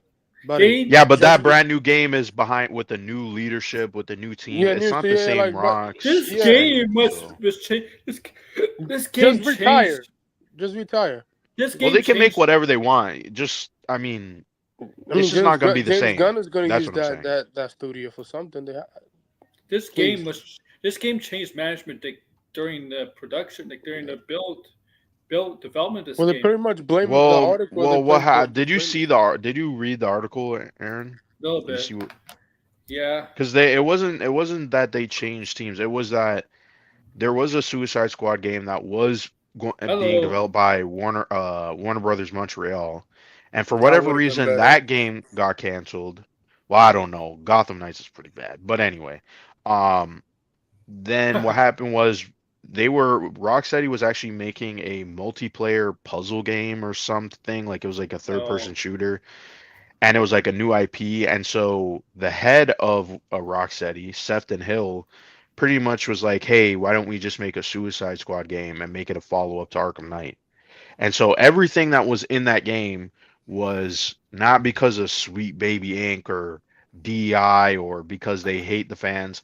It was because Sefton Hill thought it was a good idea, and killing off the Justice League, his visions just like spiraled out of control. Like at one moment, like the game was supposed to be a melee combat focused game, and then all of a sudden the characters got guns and no one knew why. It's just sounded like an absolute disaster. And his whole idea was that the Justice League were going to get killed off and then revived, similar to how the Avengers die and come back in Endgame. Oh, flashback, yeah. Time travel to by the Flash makes sense. Yeah, I can see that. Something like that. Whatever it was going to be, but it didn't. The thing is, people in the team didn't like the idea because it wasn't like there was really no evidence that the Justice League was going to come back. Yeah, like there wasn't like seeds or like hints that hey, they're not dead, they're coming back. But in this game, we don't actually know. They're pretty much dead. And so if they do come back, we're all like, well, how would you do that? They're all dead. How would you explain it? Yeah. I mean, they can't go back in time. The Flash is dead. They can't go back in time. The Flash is dead. They could just go into the multiverse and find unless Wally exists. Yeah, exactly. Yeah, I don't think Yeah, they won't. I don't think any of like those other characters exist in the universe because if they were, why weren't they there, right? Only Lois that exist in that series. Other than that, Yeah, like just seems. I don't know. To be honest, like we got the Arkham trilogy. I don't care what anyone says. They're still great games, I'm pretty regardless of sure the in the flaws of Super Arkham Knight. Blog, when you counter the Earth, the other Luthor from the other universe, I'm pretty sure the Justice League in that universe is dead too. I mean, yeah, they're dead, but there's like 12 Yeah. other universes Yeah, that's in the true. game. So. Well, I'm not gonna play them all. I'm like blinded. Go ahead, George. Asylum, City, Night, and even Yeah. Origins. Like to me, Origins need a remaster. They should. that's but, neat. But yeah, like like to me, those 4 games were great. I love playing those games. I love replaying them. I probably replayed those games more often than other games, with the exception of Legend of Zelda games, because those are the ones that I replay a lot. Yeah, because it's easy to beat. Yeah. But yeah, I mean, I haven't played the Suicide Squad video game yet, but I really don't have any interest from what I've seen and heard. I stopped after. I don't know how many people are still playing that. They're probably like. I don't. I stopped after the first DLC. Everybody pissed me off. Yeah, bro. Like the first. Yeah. There's nothing to fix. If James Gunn ever do video game, please fix that studio. That studio is dope. I think James Gunn might be not doing that video games unless he does this. Yeah, I don't believe him either. I think now more than ever. I think that was a claim he made out of like being hopeful, but I think out of his ass, that's not gonna happen. Yeah, I don't think that's gonna happen. That'd if it does happen, then he's gonna have to have to make a studio for those maybe games. Ken Feige. Might Maybe do Ken that. Feige does. Not even he does video games. Yeah. Hold on a minute. What? There's a rumor going around that there's gonna be an MCU game. Like there's gonna be a game set in the MCU. I mean, I could see. Maybe they'll. I mean, what was the last MCU game? It's not a Lego game, right? It's not a Lego game. No, it's not a Lego game. Well, I don't know what it is. For a long time, but the that's the Infinity rumor. Saga Lego game, but that's never happening. Really? No, I'm talking about like a game that's like Spider-Man or like a third-person action game, but set in the MCU. I could see the last one was. I don't think Spider-Man doesn't work with third person. I'm not talking about Spider-Man. I'm saying it's just that game. Well, we don't know. I don't know what the characters are. I don't know where they were it's going set. to do the It's just Avengers game back in 2013 for the Avengers game. Remember that? Yeah, they were going to do that. Yeah, they were going to do that, and they canceled. They only did the first. They did the first. There's footage out there. It looks great. Like the footage, that little footage looks good. They did Thor, Iron Man. I don't remember if they did Captain America. Yeah, they did Captain America. Yeah. And then they did not do. Then the Lego did. And then after, they did Lego Avengers. Like Ultron, I think they did Ultron too. Yeah. Well, the Lego Avengers games are the Avengers movies up until Age of Ultron. Yeah, pretty much. Yep, pretty much. And they didn't continue after that. Nope. No, they did Lego Superheroes too. That's been it. And that's it. But other than that, there's a rumor about. I don't count those as Marvel. I don't count Lego Avengers or Lego Avengers with Ultron as part of Marvel superheroes. I don't know what TT is working on, but I mean, it would be cool if it was an Infinity Saga. But damn, that's gonna take a long time. If they ever did an Infinity Saga Lego game, I'll be there day one. I'm playing the shit out of that. Oh yeah, I love that. They never made a fourth Lego game because the Star Wars game took them years to make. Fuck yeah. That was the Skywalker Saga. Yeah, they haven't even announced what their next game is, and it's been like 2 years. So the rumor was gonna be another Marvel game. Yeah, that's what we're saying. Infinity Saga. That was the rumor. Yeah, that's the but rumor no one one. knows. It'd be smart. I'll love if they did that. That would be dope. A lot of people thought they were gonna make the Horizon game, but that it's a different studio. So and that studio they updated. It's like a Lego game, but if you notice, they actually added some stuff that weren't in Lego games. Like the animations are more like the movie, a Lego, like stop motion. Like it has like I don't know, it's like a half frame or it looks good. It does look good. I will admit that. On the Switch, but okay.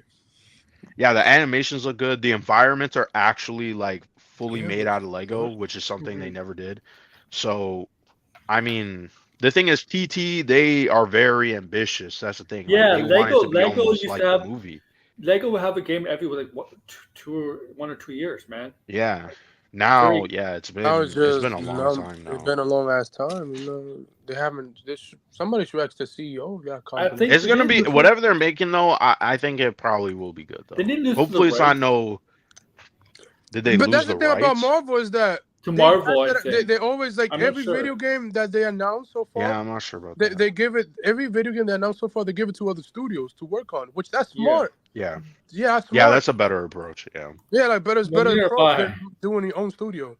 Oh, blinded! You know this is. I mean, if it's a game, here's the thing: if it's one game set in the MCU, yeah, I don't think that's necessarily bad. That's not what James Yeah. Gunn is doing, right? James Gunn is saying there's going to be a series of games set Multiple in his games. universe. That's like Yeah. okay, buddy. That's here's a the bit of a thing. reach. Yeah. Here's- Yeah, I that's a don't- reach. If it's one game, 1 or 2 games, sure. But As long as Yeah. as long as the games don't make it a requirement, you have to play this game to know what the next movie or TV show is gonna be about. I think it would be cool though if they pick. This is going to be hard though. They would have to pick a character who doesn't have a movie or show, or someone like new. Yeah. Like someone, and then put that character, cast an actor, because technically they're already doing this. They're doing this with Star Wars. We just haven't seen Cal in the movies we haven't in the seen show. live action. Probably Yeah. probably in Soko, Day from the only movie we're gonna see him. But He's Yeah. eventually going to show up. But I think if they need to say, make a game based on a new character. I don't know who exactly. I mean, I feel like they're running out of characters now. So it's like, who would that be? Well, they haven't announced a full slate in Chapter 1 either. I mean, I'm trying to think what character would be like well known Superman will enough be for a game. Not Superman. Well, Superman, not well. Green Lantern, sure, maybe. But for Marvel, like a Marvel MCU character who's not appeared Not appeared in the MCU. Ghost Rider. Ghost Rider. That's the rumor one. No, we are getting a Blade movie. Well, Ghost Rider. yeah, we're getting a Blade movie and a game. So Ghost Rider. They haven't introduced yet. Ghost. Yeah, I'm trying to think. Like they would have to be a popular enough character, but not set in the MCU. Ghost Rider, I guess. Yeah, Ghost Rider would be dope. Yeah. Fantastic Four, maybe. Or another thing they could do is take a character. Because this would be my pitch. This would be crazy idea. I think they should get John Bernthal and do a Punisher game. That I think would do fucking big numbers. Because then you can kind of like skirt around the violence. It's just a video game. Been a Punisher game since they haven't. I don't even think there's been a Daredevil game. Period. No, they canceled the Daredevil game. Yeah, they canceled in 2003. They canceled in 2003. Yeah. Yeah. It was for the PS2 era. Yeah. Yep. And then there's a build out there. You could play it. Yeah, the build's out there. It looks good. I was like, damn, I wish it came out. A lot of Marvel characters did not end up getting their own game. But the Punisher already has video game because the 2 movies. Yeah. And then Daredevil show up in the game as well. The Fantastic Four have their games, but the Fantastic Four, some of the games weren't exactly all. It was not that good. They weren't that good. The only good games that was good was those Lord of the Rings ones. Other than that, Spider-Man 2 was a good game though. Yeah, Spider-Man 2 and 3 was decent. Yeah, and tie-in video game. So Lord of the Rings. Well, yeah, EA used to make very good movies. Yeah, man, EA. Yeah, the downfall needs to be stopped. They're like the only one that made good movie games at one point. I believe the first 3 Spider-Man games was made by EA, Electronic. They used to do tie-in video game used to be popular. I see it on social media trend all the time. Like why the studios don't do them the most because they cost a lot of money and timing as well. Because people say, well, you hurry up. You want to see the games. Well, the games takes about 3 or 4 years to make. You can't rush the developers. Yeah, and it's getting longer now. It is a lot longer. GTA took about 10 years. Yeah, I mean, 10 years. The top studios. Their games are gonna at least take 5+ years. The Blade game probably gonna take 4 or 5 years. Possibly. Development for games? It's hard, man. Like it's not used to be like back in the day. I think Rockstar were lazy on GTA 6 because they were milking. No, it's because of the. It was because of the GTA Online shit. Once they developed GTA Online, because even the guy who played Trevor, came out and say, yeah, it was because of GTA Online. We didn't. Yeah, get that out for the DLC. GTA Online with the DLC. Yeah, Yeah, but I 'cause think people like came out why and they say- haven't made a GTA 6 since GTA 5, I Five. think it's because it is getting really ambitious. I mean, Yeah, online Red shit Dead is getting Redemption annoying. technically took 8 years to make. God damn. Second one? Because they started, Jesus. yeah, because they started, 2014. Okay. yeah, well, they started right after the first game. Oh yeah, And then now like pretty much every single it's freaking crazy. Like Rockstar used to be split based on because they have like Rockstar Toronto, Vancouver, and then like ones in the States and stuff. They got a bunch of so now all those studios are just working on one game. They don't work on multiple games anymore. That's freaking crazy. They just pass it out to different studios. Yeah. Yeah, different studios are working on different parts of the game because it's so fucking massive. Yes, man, it's crazy. It's like, oof, like, yeah, because by now we should get other stuff from Rockstar, but yeah, Rockstar, yeah, like where's that detective game that was from the 1940s? like LA Noire. Yeah, Yeah, they just give took me a that sequel to franchise. that. Give me Bully too. You cancel that, you piece of shit. Yeah, they keep canceling and bro, redoing come on, bro. Bully Everybody, too. you could make a Bully game. I don't care if this generation if the people be crying and they're sensitive as hell. But man, I mean, also too, I think, I know people don't want to hear this, but you got to remember the founder of Rockstar, he left. Oh yeah, a lot of these people are leaving their studio, so that's why I I'm forgot like, what year he left. He left. Damn, I want to say 2020. A lot of them leave to find their own. When did he leave? I'm gonna check. A lot of them leave to create their own studios because they don't want to get. But there was a rumor about him though. Dan Houser. Yeah, when did he leave? Because they want to be their own boss. Yeah, want to build. Well, he is the boss. He's been there. Yeah. Oh, okay. He's been there for a long time. He's the one that started. He's been there since the first GTA. GTA. I'm trying to look to see when he left in 2020. Oh shit. God damn, that was like the COVID days. Oh my god. Yeah. I don't want to think back to those days. Oh. It's gonna be 5 years. And I don't know what the hell he has done ever since, living on his money. He's. I think he has they have a new studio that they're making. Of course. It's like they did announce the game. It's like a sci-fi game, open world. Oh, sci-fi. Like we'll see. Yeah, May they talked about it in May. It's an open world adventure set in a sci-fi expanded universe. In the Xbox? Most likely. We'll see because Xbox just picked up Sefton Hill's game, so that's gonna be exclusive. Whatever they make, definitely gonna be exclusive. That was a killer. That was a good showcase. Xbox. Good showcase. Yeah, it was pretty good. As the ultimate Xbox hater who make fun of them every time. Stupid shit. Damn. Man, I was like, I play sometimes with my friends because they got Xbox. You have to have both. Yeah, they did good. I was shocked. They did good. Sony just gonna take the sweet ass time when the game's just finished. Well, yeah. Sony has I'm not. For me, I have all three. Sony, so I don't. Sony ahead of time, they tell people, just calm your tits down. The thing about the presentation, every game they show is coming to Game Pass. Yeah, Game Pass. Yeah. Or even though Game Pass is gonna go up in price. Oh, 100% it is. Yeah. It's gonna go it's gonna go up. There's no way it's gonna stay the same value. We'll see if next year it goes up. I mean, it'll be crazy if they. But it's probably gonna go up by $5. Yeah. By $5. I think it's gonna go. Okay, this is my prediction. If they're gonna say it, it's gonna be like a stealth drop, or next year after they see the number for Call of Duty, then they're gonna announce whether there's a price increase. Because they're gonna be like, oh shit, if this shit's doing good, they're gonna increase it. If it's not doing too good, they're gonna increase it. They're gonna fucking. Hey, you know what? I may get Call of Duty for the first time in like 10 years if it's going to Game. Well, it's on Game Pass. Yeah. And then they got you hooked now because if you want to play the other Call of Duties, they're gonna drip feed it. They're gonna be like, it's gonna be, this month we're dropping COD, MW3 Classic. And you're like, oh shit, I want to go play it. What do you say? This is a 6 Black Ops, really? Yes. Yeah, 6. 6. Goddamn, bro. That's a lot. Does the series ever end? Yeah, six No. of them things. It's not. It's never gonna end. Black Ops is It's like the never most popular. because they keep going back to those old ass stories. Like, what about George Bush is gonna be in the next game? Like, Modern Warfare. Modern like, Warfare bro, was, like, okay, sure.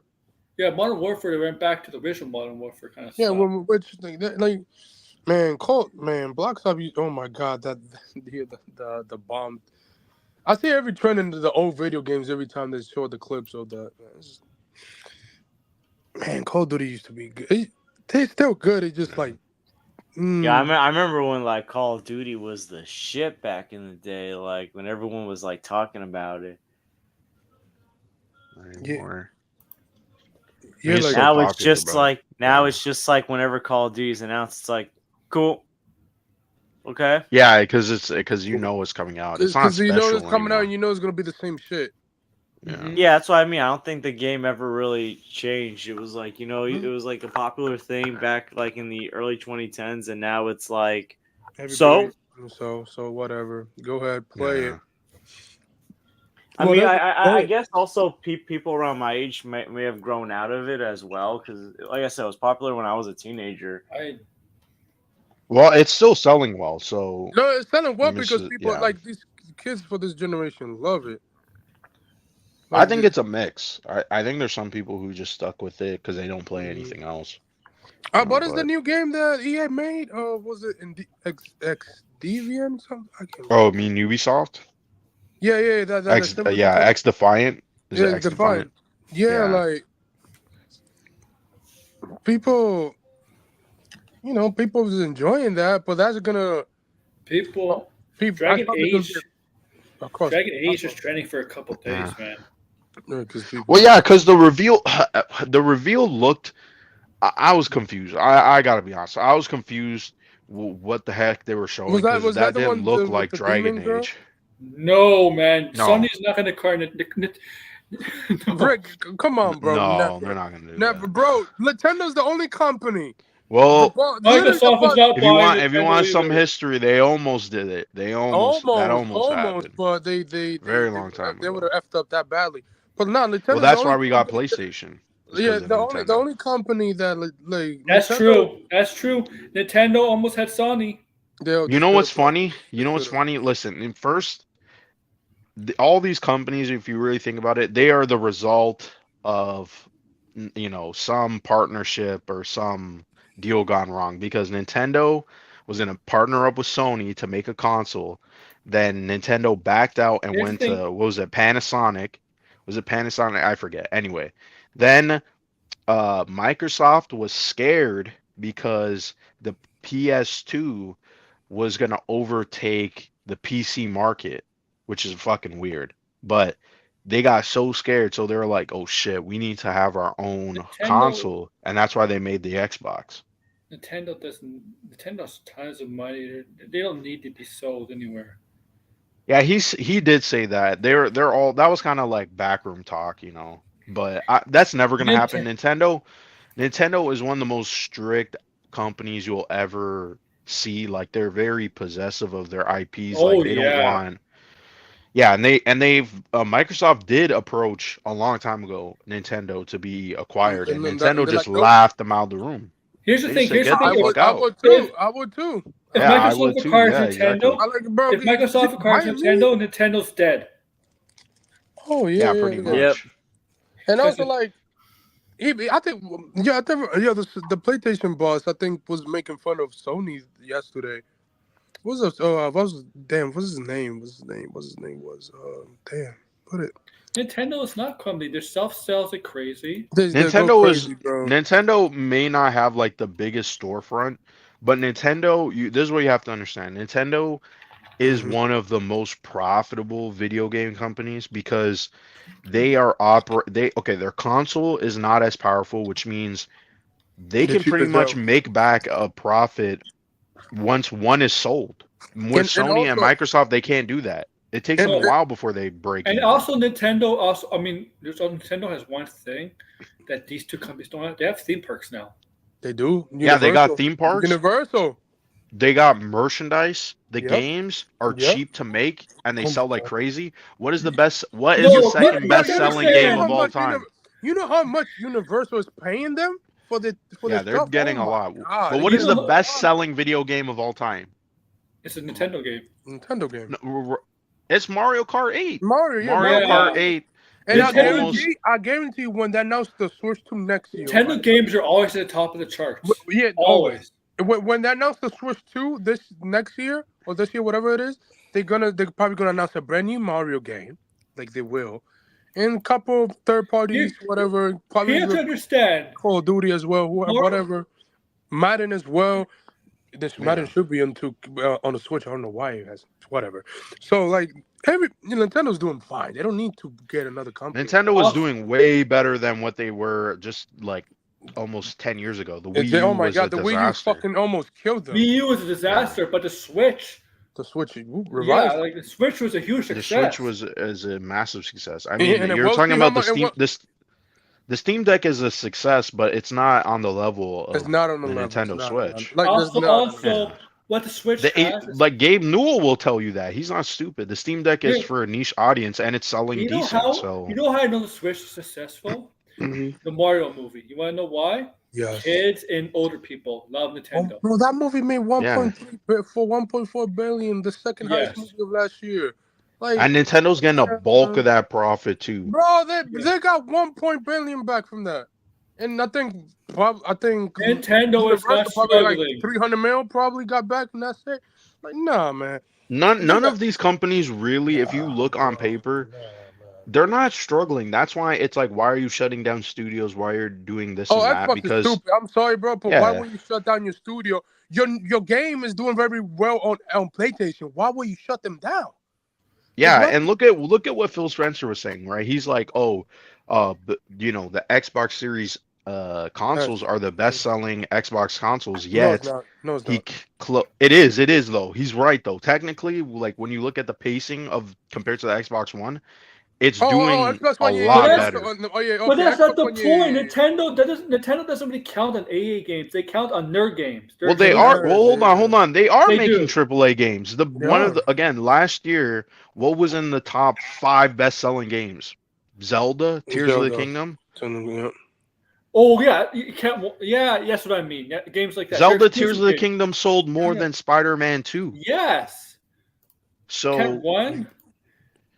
I mean, Spider-Man 2 will eventually probably sell 20 million, but Tears of the Kingdom, and that's just silly. I'm sorry. Like Sony, Nintendo, Microsoft, they are still doing well. Video games have never done this well in terms of profit. They are exploding. Yeah, doing well, bro. Like literally, what was it? The Spider-Man game. It's literally a Marvel contract that they have to sell 11 to 12 million copies. Yeah. With the rumor switch potentially next console coming out next year. They really don't need to release a console next year. No, they don't. Well, they're going to because it's exactly. But they have to because they need to get those other third-party games from other. PS5 is doing well, but have you seen PlayStation is doing extremely well. They're the market leaders in terms of their storefront. Like I just said, Nintendo's storefront is not the best selling, and the PlayStation is the best. They have the top. The problem with the PS5 is it's excitement for future games. Right now, future games will come. They're going to come. Like PlayStation, I don't understand this. This is why I say I own all 3 consoles. I've been liking all their games. They have franchises that I love. Each console I feel has their own strengths, right? PlayStation may not have games, right? I mean, well, Astrobot, my profile picture is Astrobot. You want to know why? Because that game looks fucking great. Yep. And next year, whatever they put out, they still got Sucker Punch, Naughty Dog. Insomniac is making a bunch of games, okay? And then on top of that, too, there's a bunch of other studios that most people don't mention. I like Media Molecule. They make a lot of good games. Tearaway, Little Big Planet. I don't know if you're trolling or not, bro. I don't know. He's just saying whatever now. He's just saying whatever. Bro, they're doing extremely well. Nintendo's going to announce the brand new console next year, hopefully. They're gonna get a ton of their they're getting Call of Duty on the next generation Switch. They're probably gonna get Madden. Madden should be there because people play Madden. They have 2K already there. Then they should have the next generation version. They have the old gen PS4 version. They need to have the next generation. There's nothing wrong with saying everybody is doing pretty well. Maybe they're not the top, but they're doing pretty well. Doing well. Like, bro, it's literally #1 in console sales. It's PlayStation, Nintendo, and Xbox. They're all top 3. People's buying them. Nintendo doesn't need COD. They don't need it. Nintendo is getting COD because they are though, but they don't need it. They're getting the next generation COD. They're getting they made a commitment to Nintendo. It's like a 10-year deal. It's a 10-year deal, I believe, something like that. Yeah. Nintendo doesn't have a tech, but they have the money. They have it. Bro, they don't need. This is what people need. Bro, the next generation. Hold on. They could easily make the tech like Microsoft and Sony, but hold on, because I just said this point. Nintendo, I mean, we don't know about the Switch 2. The Switch 2, I think, may not be on paper a powerhouse, but if you look up DLSS, I don't know if what's his name, Ricky, if you know what DLSS is, NVIDIA's machine learning processing. I mean, the Switch 2 could be underpowered, but it can look like a PS5 game because of DLSS 3. Yeah, and also be known it's going to be powered. And the reason why they don't have the tech is because, like I just said, it's because they want to make a profit. We're not against Sony. I'm against Sony, but I have a PlayStation 5 and I literally have Astrobot in my profile picture. Oh my god! I don't get The Last of Us Part 2 is my favorite game. People crucify me for saying that. I have a shelf. I can show you right now a shelf of PlayStation games that are just exclusives. Bro, okay? I have every PlayStation you could think of. I have every Xbox. I have every Nintendo Switch. I mean, every Switch and Wii U and everything. I am not biased to anyone. Yeah, exactly. I'm not biased to anyone. We're not biased to anyone. But we're just calling it as it is. Yeah, that's bro, they're doing very well. The next generation Switch is going to be powered by the PlayStation 4 Pro or Xbox Series S technology, and that's good for it. Hopefully 1080p LCD, LCD is going to be first LCD and then OLED later. Mario is still the biggest. Still the biggest IP in the world of video games ever. And I guarantee the next Mario movie, $1 billion. Another one. $1 billion. Come on, bro. Like, stop. Stop, bro. Stop. Yeah, I guarantee if they release a Mario game, they don't need saving. I guarantee. I mean, I'm not talking Luigi's Mansion. Isn't it Risky? Sorry, I keep calling you Ricky. What Nintendo games have you played? Because I also have a shelf of just all the Nintendo Switch games. I played Tears of the Kingdom, Breath of the Wild, Mario Odyssey, Mario Wonder that just came out, Metroid Prime. I love Metroid. I play Metroid Dread as well. I love games. I love video games. I play them all. I don't discriminate. Discriminate right? I don't discriminate. Yeah, what's the point of discriminating? Discriminate is crazy. Pokemon is amazing. I'm gonna be getting a Steam Deck. I played my friend's Steam Deck. It's fucking fantastic. He's got the OLED and everything. It's great. Expensive. Yeah, bro. It's getting cheaper. You could get a Steam Deck for like $350. Yeah, you can if you want the LCD ones, you can get them cheaper. But I want. Yeah, you probably could get an OLED one for like maybe $425. Well, because we're Canadian, the conversions. Conversions is different. Yeah, but like over here, like in the States, it's cheap to get it is cheap. LCD one, LCD or the OLED one. You could get either both, and depending on the storage, you'll be fine. Like, man, everybody's doing well. Everybody's doing well. Yeah, it's just the industry right now. They're having a creative lull, and that's what people are, complaining about. I was gonna say crime, but people, there's some valid criticisms. I agree with it, but there's still games from the last 10 years that you can play right now that are fantastic. There are games coming out every day from indie developers as well. I'm literally going back to play the Mad Max game. Yes. That's an underrated game too. That is underrated. Fuck you, George Miller.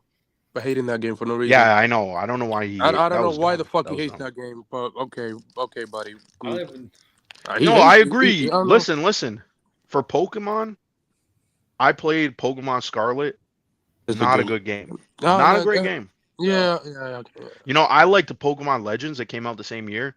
I can understand graphically, yes. But the thing is, most people will say Yeah, it's not the top graphics because no one is playing Pokemon for graphics. They're playing it for gameplay. That's why the series is still around. Like the Pokemon gameplay. Well, until like I started going on the Switch, like it was never really that remarkable. It was and also like, well, people love. I love it.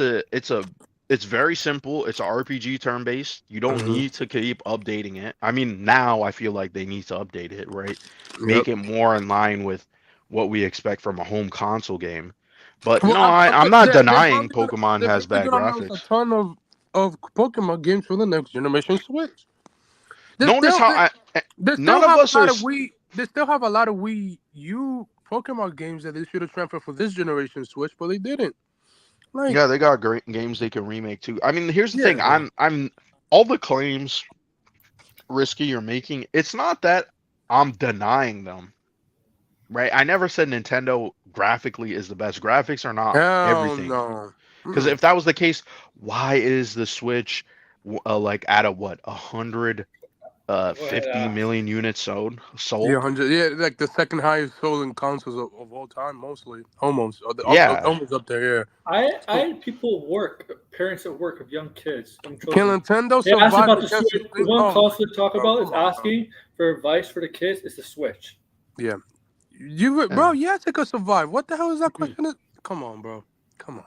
What is he saying? He said, can the Switch survive versus the? Yeah, it is going to survive because they're two different. Yeah, they're competitors in quotations, but at the same time, they are for different markets.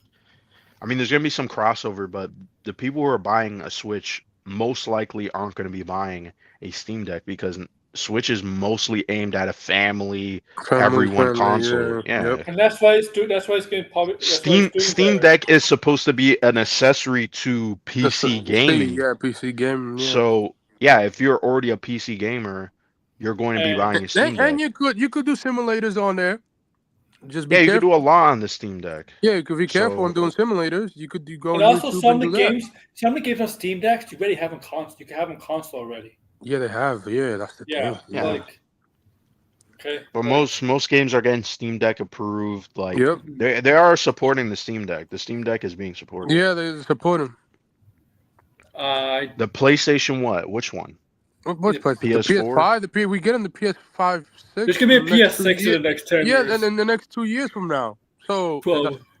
Probably in a year. The best console standing for the next 10 years. I mean, I think it means that PlayStation will be. I mean, PlayStation's been putting out good games, so I mean, PlayStation it's your opinion. So. I think he's saying even the future consoles will be around in the next 10 years, but yeah, PlayStation, Xbox, Nintendo, they're all going to be around. We know that Xbox. Yeah, I think he's just saying Microsoft and Nintendo won't have any consoles in the next 10 years. Oh no, they will.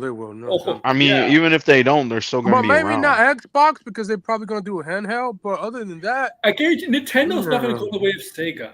Or Sega. No, none of the three right now are going to go the way of Sega. They've invested way too much in this market. If anything, they're just going to change up their formula. Like the next Xbox console may not be a traditional console. It may be you can, sideload Steam and Epic. That's what I think they're going to go. They're going to go with, some of these games may even go to PlayStation because exclusives. I think exclusives are dead. I think PlayStation is going to start playing with where exclusives goes because guess what? There's a lot more money to be made. And if you're making, think about this. If you're making The Last of Us TV show, Horizon TV show, God of War TV show, and Jimmy who sees these shows and they're like, oh man, I have an Xbox, but I can't play God of War or whatever. That I think is going to change. They're going to start to go, we can't have exclusives because it's not financially. Remember GTA was a PlayStation exclusive. Yeah, but I mean the idea of exclusives I think are going to go away. There may be a timed exclusives. I think for a while it was PS5, but I think Nintendo. I think Nintendo is the king of exclusives. Agreed. Because like right now, like I said, in terms of first party games, PlayStation really doesn't have much besides Astro Bot this year. I mean, we got Stellar Blade and Helldivers because those are second party. Their presentation wasn't that great, and they didn't even have one at the Summer Game Fest. And 10 exclusives from third party. They have a lot of exclusives in terms of their second party, but if you're going to say that PlayStation is king of exclusives, it's because of their first party. Their first party is why everybody bought a PlayStation to begin with. They like Naughty Dog, Insomniac, Sucker Punch. Silent Hill is a remastered game. But Silent Hill 2 is on PC. Yes. You can play Rise of the Ronin is like, I don't know. You seem. But name me one game that people are talking. Name me a God of War, something like that, or something like that. Name me a game that's only on PlayStation. Yeah. That would. That's. Yeah, pretty much every game is gonna be crossover with each other. It just depends on. If you're gonna talk about this year with second party games, and you're saying Stellar. I don't think Stellar Blade's on PC. So. I don't think so. Look at Xbox presentation. What we can name other stuff there. Indiana Jones, Fable, even the Dragon Age, Gears. But he's gonna say those are on PC. Those games are on. He's talking about exclusives right now. PlayStation doesn't really have you could play games just on PlayStation 5. That's when a true exclusive technically blinded, you could play every Xbox game on PC with the Game Pass. Yeah, but I'm saying with PlayStation, there's PlayStation games you can play on PC. Yeah, that's what I'm trying to say. Yeah. It's exclusives. The term exclusive is it's only on one platform. It's not on PC. It's not on Xbox and Switch at the same time. It's on one platform. That's an exclusive. Then you can say nothing in Xbox is exclusive. You can play it on PC because of the Game Pass. Yeah, that's why people say that. Even a couple months ago, they confirmed. Well, yeah, GTA 6 is not going to be on PC anytime. Luigi's Mansion, the remake, is exclusive to the Switch. Oh yeah, I saw they're doing the remake. On the Switch. I'm down with that. Yeah, Metaphor is on Xbox, Risky. Yes, it is. It is. Oh, by the way, some of those games is on Xbox presentation. Some of them are going to be on PS5. Also, Risky, Infinity, Nikki, that's the type of games you're on? Dress-up games? Come on, man. Come on, man. You listed dress-up games that look like soul games? Come on, man. Yeah, come on, bro. I mean, I get it. No, you're listing games. Yeah, it's Stellar Blade, all this stuff. Yeah, second party games wise. Yeah, PlayStation has. Why? Because Nikki. Okay, that's fine. That's your opinion. I'm not gonna judge it. But if we're gonna talk about exclusive first party games, the stuff that people want, yeah, it's not been great this year. Sure, there's games that you could play that are. Stellar Blade, like I said, I think is the only one that's game is not on PC. I mean, but that's all technical. That's all semantics. But listen, do you, man? If you enjoy PlayStation, I don't blame you. PlayStation's got a good platform. They got some good games. Bro. Yeah, bro, you could play both, bro. I'm pretty sure your friends probably have both consoles as well. So yeah. That's all we're trying to say is that they have a space equally. Nintendo doesn't have problems. I just like making fun of Xbox. That's what it is. I don't say like No. I get that too. I make fun of them when they deserve to be made fun of, right? Oh yeah, it's funny. We do it for entertainment. They say stupid shit lately, but. Yeah, like this good time. You can make fun of both companies. Like people make fun of PlayStation all the time and Xbox at the same time. So yeah, people do make fun of Nintendo. Nintendo does deserve some roasting. I'm not shielding them or protecting them. I'm just saying. They do. Yeah, 100%. Yeah. We do. Yeah, no. You love that. Nah, but I get it, Risky. At least you stuck around. Hey, instead of like dipping out. No. Xbox or flipping out, flipping out like certain people do in the chat. Yeah. If you know, you know. Yeah, Xbox is they go in third party. They have a couple games going on PlayStation. Other than that, that's it. And then maybe on the next generation Switch, we'll see. But other than that, Yeah, I mean it's gonna be a different beast. The industry's changing. Exclusives are all over the place. I don't think so. I disagree. I think Nintendo doesn't need to be acquired because I don't need to. Like I said, the Nintendo's doing really well in terms of their games and what they're having. I really don't need two companies for. I don't need two companies. No, I don't know what happened. Yeah, let them. Let the. We already lost a couple of them. Yeah, we lost Saga. We lost because I mean they're still doing video games, but like we lost them. You know. Sega used to make consoles. Google tried to do Stadia. That failed. I mean, PlayStation, Microsoft, and Nintendo are not worried about PS5. Yeah, they're at this point. I mean, Nintendo said it themselves. Like they had the whole blue ocean strategy. You know, there's us and then there's them. You know, we're gonna do our own thing in our own playground, and that's how I think each of them should operate. They're competitors, yes, but make your platform stand out the most. Make it identifiable. Nintendo knows its audience. Nintendo's not flopping every generation though. No. We just said the Switches, the Wii U flopped. The Wii was successful. GameCube, technically it was a flop. I know a lot of people don't want to hear that because GameCube's got some good games, but the N64 didn't do as well as the Super Nintendo. The Super Nintendo didn't do as well as the NES. So I mean, what is exactly flop? The Wii did not flop. The Wii is one of the best-selling consoles of all time.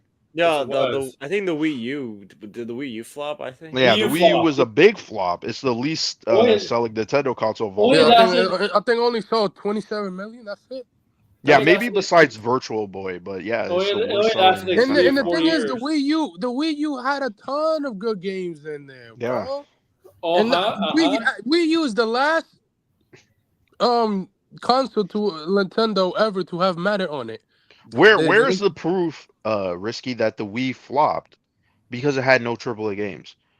Well, it had games that sold extremely well. I don't understand what this a lot. Maybe it's not your type of games, but the game, you can't say it's a flop. A flop is we could literally pull up an article about how many Wii U games it sold.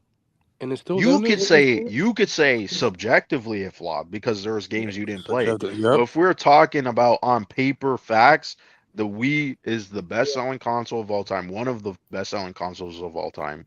Has a tremendous library that people love. I mean, for Christ's sakes, there's, and people, I get that. A bunch of casual players bought it, and that's why it sold really well.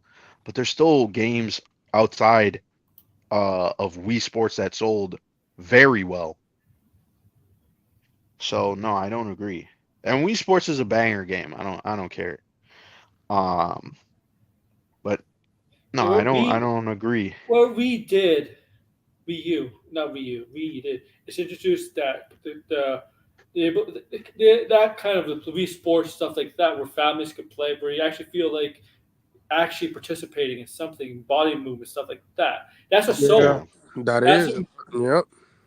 Okay, that's what got people by the Wii. The Wii it was not really the games. It was mostly that. Yeah, but I think his point is that it didn't do well because it doesn't have those big games. But it's not true. That's what I'm trying to say. That's just not true. Okay. A lot of people bought the Wii because of the motion control. The motion control still sold. And the Switch sold well because obviously it came out with Zelda, great launch title, and also it was a hybrid. One of the first.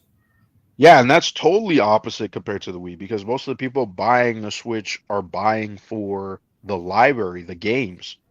Yeah. So. And no, Risky. You know what? You're being respectful. You didn't make fun of us and all that stuff. We do disagree on what the facts and stuff, but I appreciate the conversation though. I will say that there's way worse people we've encountered. The best-selling Wii U game was Mario Kart 8. It sold 8.4 million units worldwide. That's crazy. I remember the Switch came out with two huge titles in the same year, Zelda and Mario. You usually don't see that. You usually don't see Zelda and Mario. And the Wii U Sports. Well, they did it last year too. Wii Sports, last year too, they did that with Mario, Super Mario Wonder and Zelda. But I just like Mario. Listen, the best-selling franchise video games on Nintendo is Mario Kart, Mario Party, Mario Sports, and Mario PG. Has there been any new Mario Party games? Like I feel like they stopped. Yes, there has. No, there's been. The first one on Switch was really bad. The one 2 years ago was a lot better. It was kind of like a nostalgia. That was 2 years ago. I thought it came out Oh, last year. I gotta get one. I 2022. haven't done Mario Party in a long time. I gotta find it. Play that with a lot of people though, because playing it by yourself sometimes kind of boring. But when I played it with my friends, man, that game is really fun. Yeah, it's been really fun. ages since I played a Mario Party game. Like ages. Yeah. Because I'm always more focused on the other Mario games.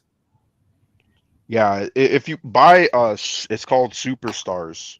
Don't buy the I think it's called there's one from like 2018. It's really bad. It's one of the worst Mario parties. The newest one, way better.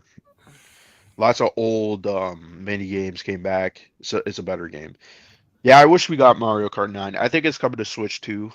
It kind of sucks we didn't get it because I've been playing Mario Kart 8 is now 10 years old. It's crazy. Oh It's like God. Skyrim and GTA 5. They 10, keep 10, 10 reselling is that shit. crazy. Oh my. Yeah. It's crazy how some of these games we used to play are now like decades old now. It's crazy. Yeah, and they still could run well if they remake them. I mean, Nintendo literally bought a port studio, whatever game. I mean, Wind Waker is like over 20 years old now, so I can't believe it. I love that game. It's still one of my favorite Zelda games. I don't care what anyone says. It's still one of my favorites. And in 2 years, Twilight Princess is going to be 20 years old. God. Yeah. Live action movie. Yeah. Yep. Yeah, by the guy who. Tom Holland is Link. Yep, that's confirmed. No kidding. Jesus, no. They're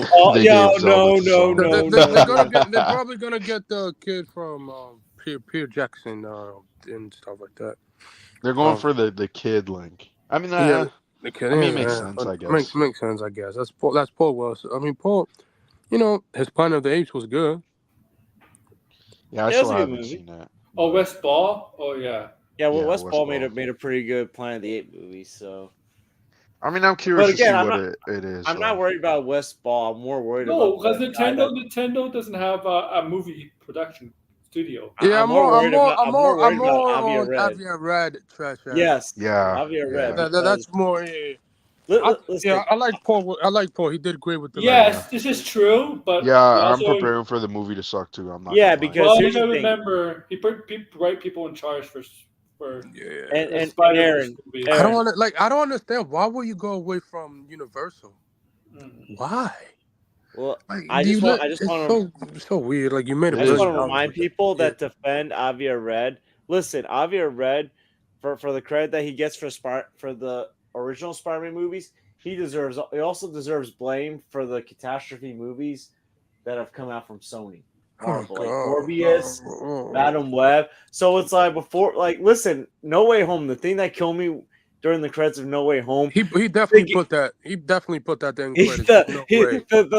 The big congratulations to Javier Red. It's like, are you kidding me? Like, yeah, he definitely put that in the end credits. There's just no way, bro. There's no way. That should have been a big thank you to Steve Ditko and Stan Lee. Yeah, like Steve Ditko and Stan Lee. Or you know what? Why don't you say a thank you to like the actual directors of these movies, like John Watts, Sam Raimi, and get out of here with that. Like seriously, man, get out of here. First of all, you're the same dude that compromised Spider-Man 3 because you wanted Sam Raimi to do Venom instead of what he wanted. Oh my God, that was ass. You're the same dude that compromised Spider-Man 3. And the Amazing Spider-Man 2 franchise. And Amazing Spider-Man 2. Oh yeah, Amazing Spider-Man. Oh, that was even more of a train wreck in my opinion. Like, yeah, that was seriously. Like, you're setting up a Sinister Six movie. You got like all this weird stuff happening. Like, you're making it seem like it was Peter Parker's destiny to get bit by a spider. Like, what the hell were you? I don't know. Michael Keaton is in that universe. It has to do with Fred Spider. How the fuck you know? How Morbius doesn't even know Spider-Man? You can even tell by his face. Like, who's that? Morbius is like, okay. I join you. And now in Venom 3, well, we don't know for sure. It looks like the end of No Way Home. Yeah, the symbiote. Like they're in that bar. Yeah, but that's like how that symbiote should be across making a way to New York City. There's no way. Why is it so doing There's just no way. There's just no And it's a different universe too, man. It's a different universe. Like I'm how like, is that? Like I look at the bar from No Way Home on YouTube and the one from Venom. They're two completely different bars. You think the character? Or wait a minute. What if they're pulling another Morbius and they're just filming that scene just to get people to see the movie and it's not even in there? What if it's Mortal? What if the guy is still playing Mortal in the Sony Spider-Man? Yeah, like bro, he's playing a whole different character in that Venom. Yeah, I'm like, bro, you could have just asked Marvel. Can we use Border? He's the best show. Go ahead. You let it. Yeah, like come on, bro. He didn't have to play another character. Like Tony's. What happened? Listen. There's actually people that are defending the Venom horse scene from the trailer. I'm like, I seen on Twitter. Yeah, I seen on Twitter. I was like, oh my god. No, my thing is this. Like that part though. He liked the horse. Yeah, the ghost. I like that because that's a good reference. That's a meme reference. It's like for me, it's like him, Eddie, in Venom talking to each other with those 4 guys at the whatever it was at a warehouse, whatever it is. That was so cringe. We're joking for this. I feel like this. Tom Holland's 28 years old, guys. No, he's 28, bro. He said he doesn't want to play any live action thing ever. At this point, I feel like you're just enabling this franchise. You're enabling Avia Red. You're enabling the Sony people. They seriously think that people are gonna rewatch this movie around the holidays. Craven. They think people are gonna. You want to know? It's going against Lord of the Rings. It's going against Mufasa. It's going against Sonic. It's going to go against the Craven movie is yes. Yeah, like bro. And last time a Sony movie went against the Sonic franchise, it died at the box office, which was Morbius. So no. Oh yeah, Morbius. Morbius is die against any franchise though. Yeah, like come on, bro. Like no, that movie's nobody. Well, here's the thing. Sonic's done pretty good against like struggling comic book franchises. Hold on, Aaron. The first one beat Birds of Prey. The second one beats Morbius. Like what Anthony just said. Like I think you beat Morbius Birds of Prey. You beat Morbius, and now you're gonna beat Craven the Hunter. Nothing happens in the movie. It's just coming out in December. Coming out in December. The stupid release date you could have put in November, but whatever. I think the only movie that Morbius would have won against if they come on the same month was this rival, Madam Web. Yeah. Well, what if Craven turns out to be worse than Madam Web? Oh, nothing can be worse than Madam Web. Bro, I don't know. The Rhino. He doesn't even have his Russian accent. Like, come on, man. I don't know. The Rhino stuff I'm predicting is gonna be cringe. The thing is, they got actual great actors in the Craven movie, like Aaron Taylor Johnson and Russell Crowe. I mean, like, if you fuck that up with those 2 guys, there's nothing Sonic could do with the Spider-Man universe. Sorry, like, there's nothing. No, they're gonna mess it up. Rhino's basically gonna make Doomsday look like the Joker. Rhino is not even supposed to be like Rhino. It's supposed to be like a hybrid or something. Like he actually be like a mutation experimented on, apparently. And by the way, this will be the second time they mess up this character. It's like Paul Giamatti is Rhino. What the hell of all the characters in the Spider-Man universe, Rhino is going to be the one that keeps getting messed up in films. It's like I think Rhino is. I can't remember whoever said that. Rhino is going to be in the next Venom movie or Craven. I can't remember. I think it's Craven. Yeah, Craven. Man, that CG is going to be terrible on that guy. It's like I am the Rhino. Paul, remember people thought Rhino was. I don't know how you got an Oscar-winning actor to play that character. Oh my! Yeah, I remember. Oh, Paul G. Yeah, you know what? Paul G. was having fun with it, even though it was limited. Mm-hmm. He acted his ass out of it. Hey, good for him. But listen, I remember when No Way Home, like he was gonna be one of the villains. It was like, no way was he gonna fit into that. It's like there's no way that movie was gonna be way too crowded. There's just no way. Well, here's the thing: how do you cure an angry Russian guy in a rhino suit? You can't, like, how? Exactly. All you gotta do is web him up and just like be like, are you for real, bro? Yeah, just leave him there. Joker, some tragic hero. Well, it depends on the point of view in the movie. I don't know about Joker being a tragic hero, but no. Remember, some of the people that are rioting and look at Joker as kind of a hero. Oh, yeah, because they dress up as him in a movie. Yeah. I mean, I wonder how that second movie is gonna be, but and still no second trailer for that movie whatsoever. Mm-hmm. But it's gonna be different. Joker, you could argue is kind of even though I don't consider him one, you could argue is kind of a tragic villain. It is based on his backstory, though, like how he became the Joker. Fortunately, none of the movies so far in live action, except for Batman '89. But he wasn't really a villain. He was a monster. Yeah. So he wasn't technically a tragic. He wasn't really a tragic person then, right? Like, Other than maybe that movie, they haven't done his backstory. I think the Dark Knight, he might have a tragic beginning, even though he kept changing his story. But I still think. But if you really listen to him, he probably did have a rough upbringing or rough life, and finally become the Joker. Mm-hmm. Yeah.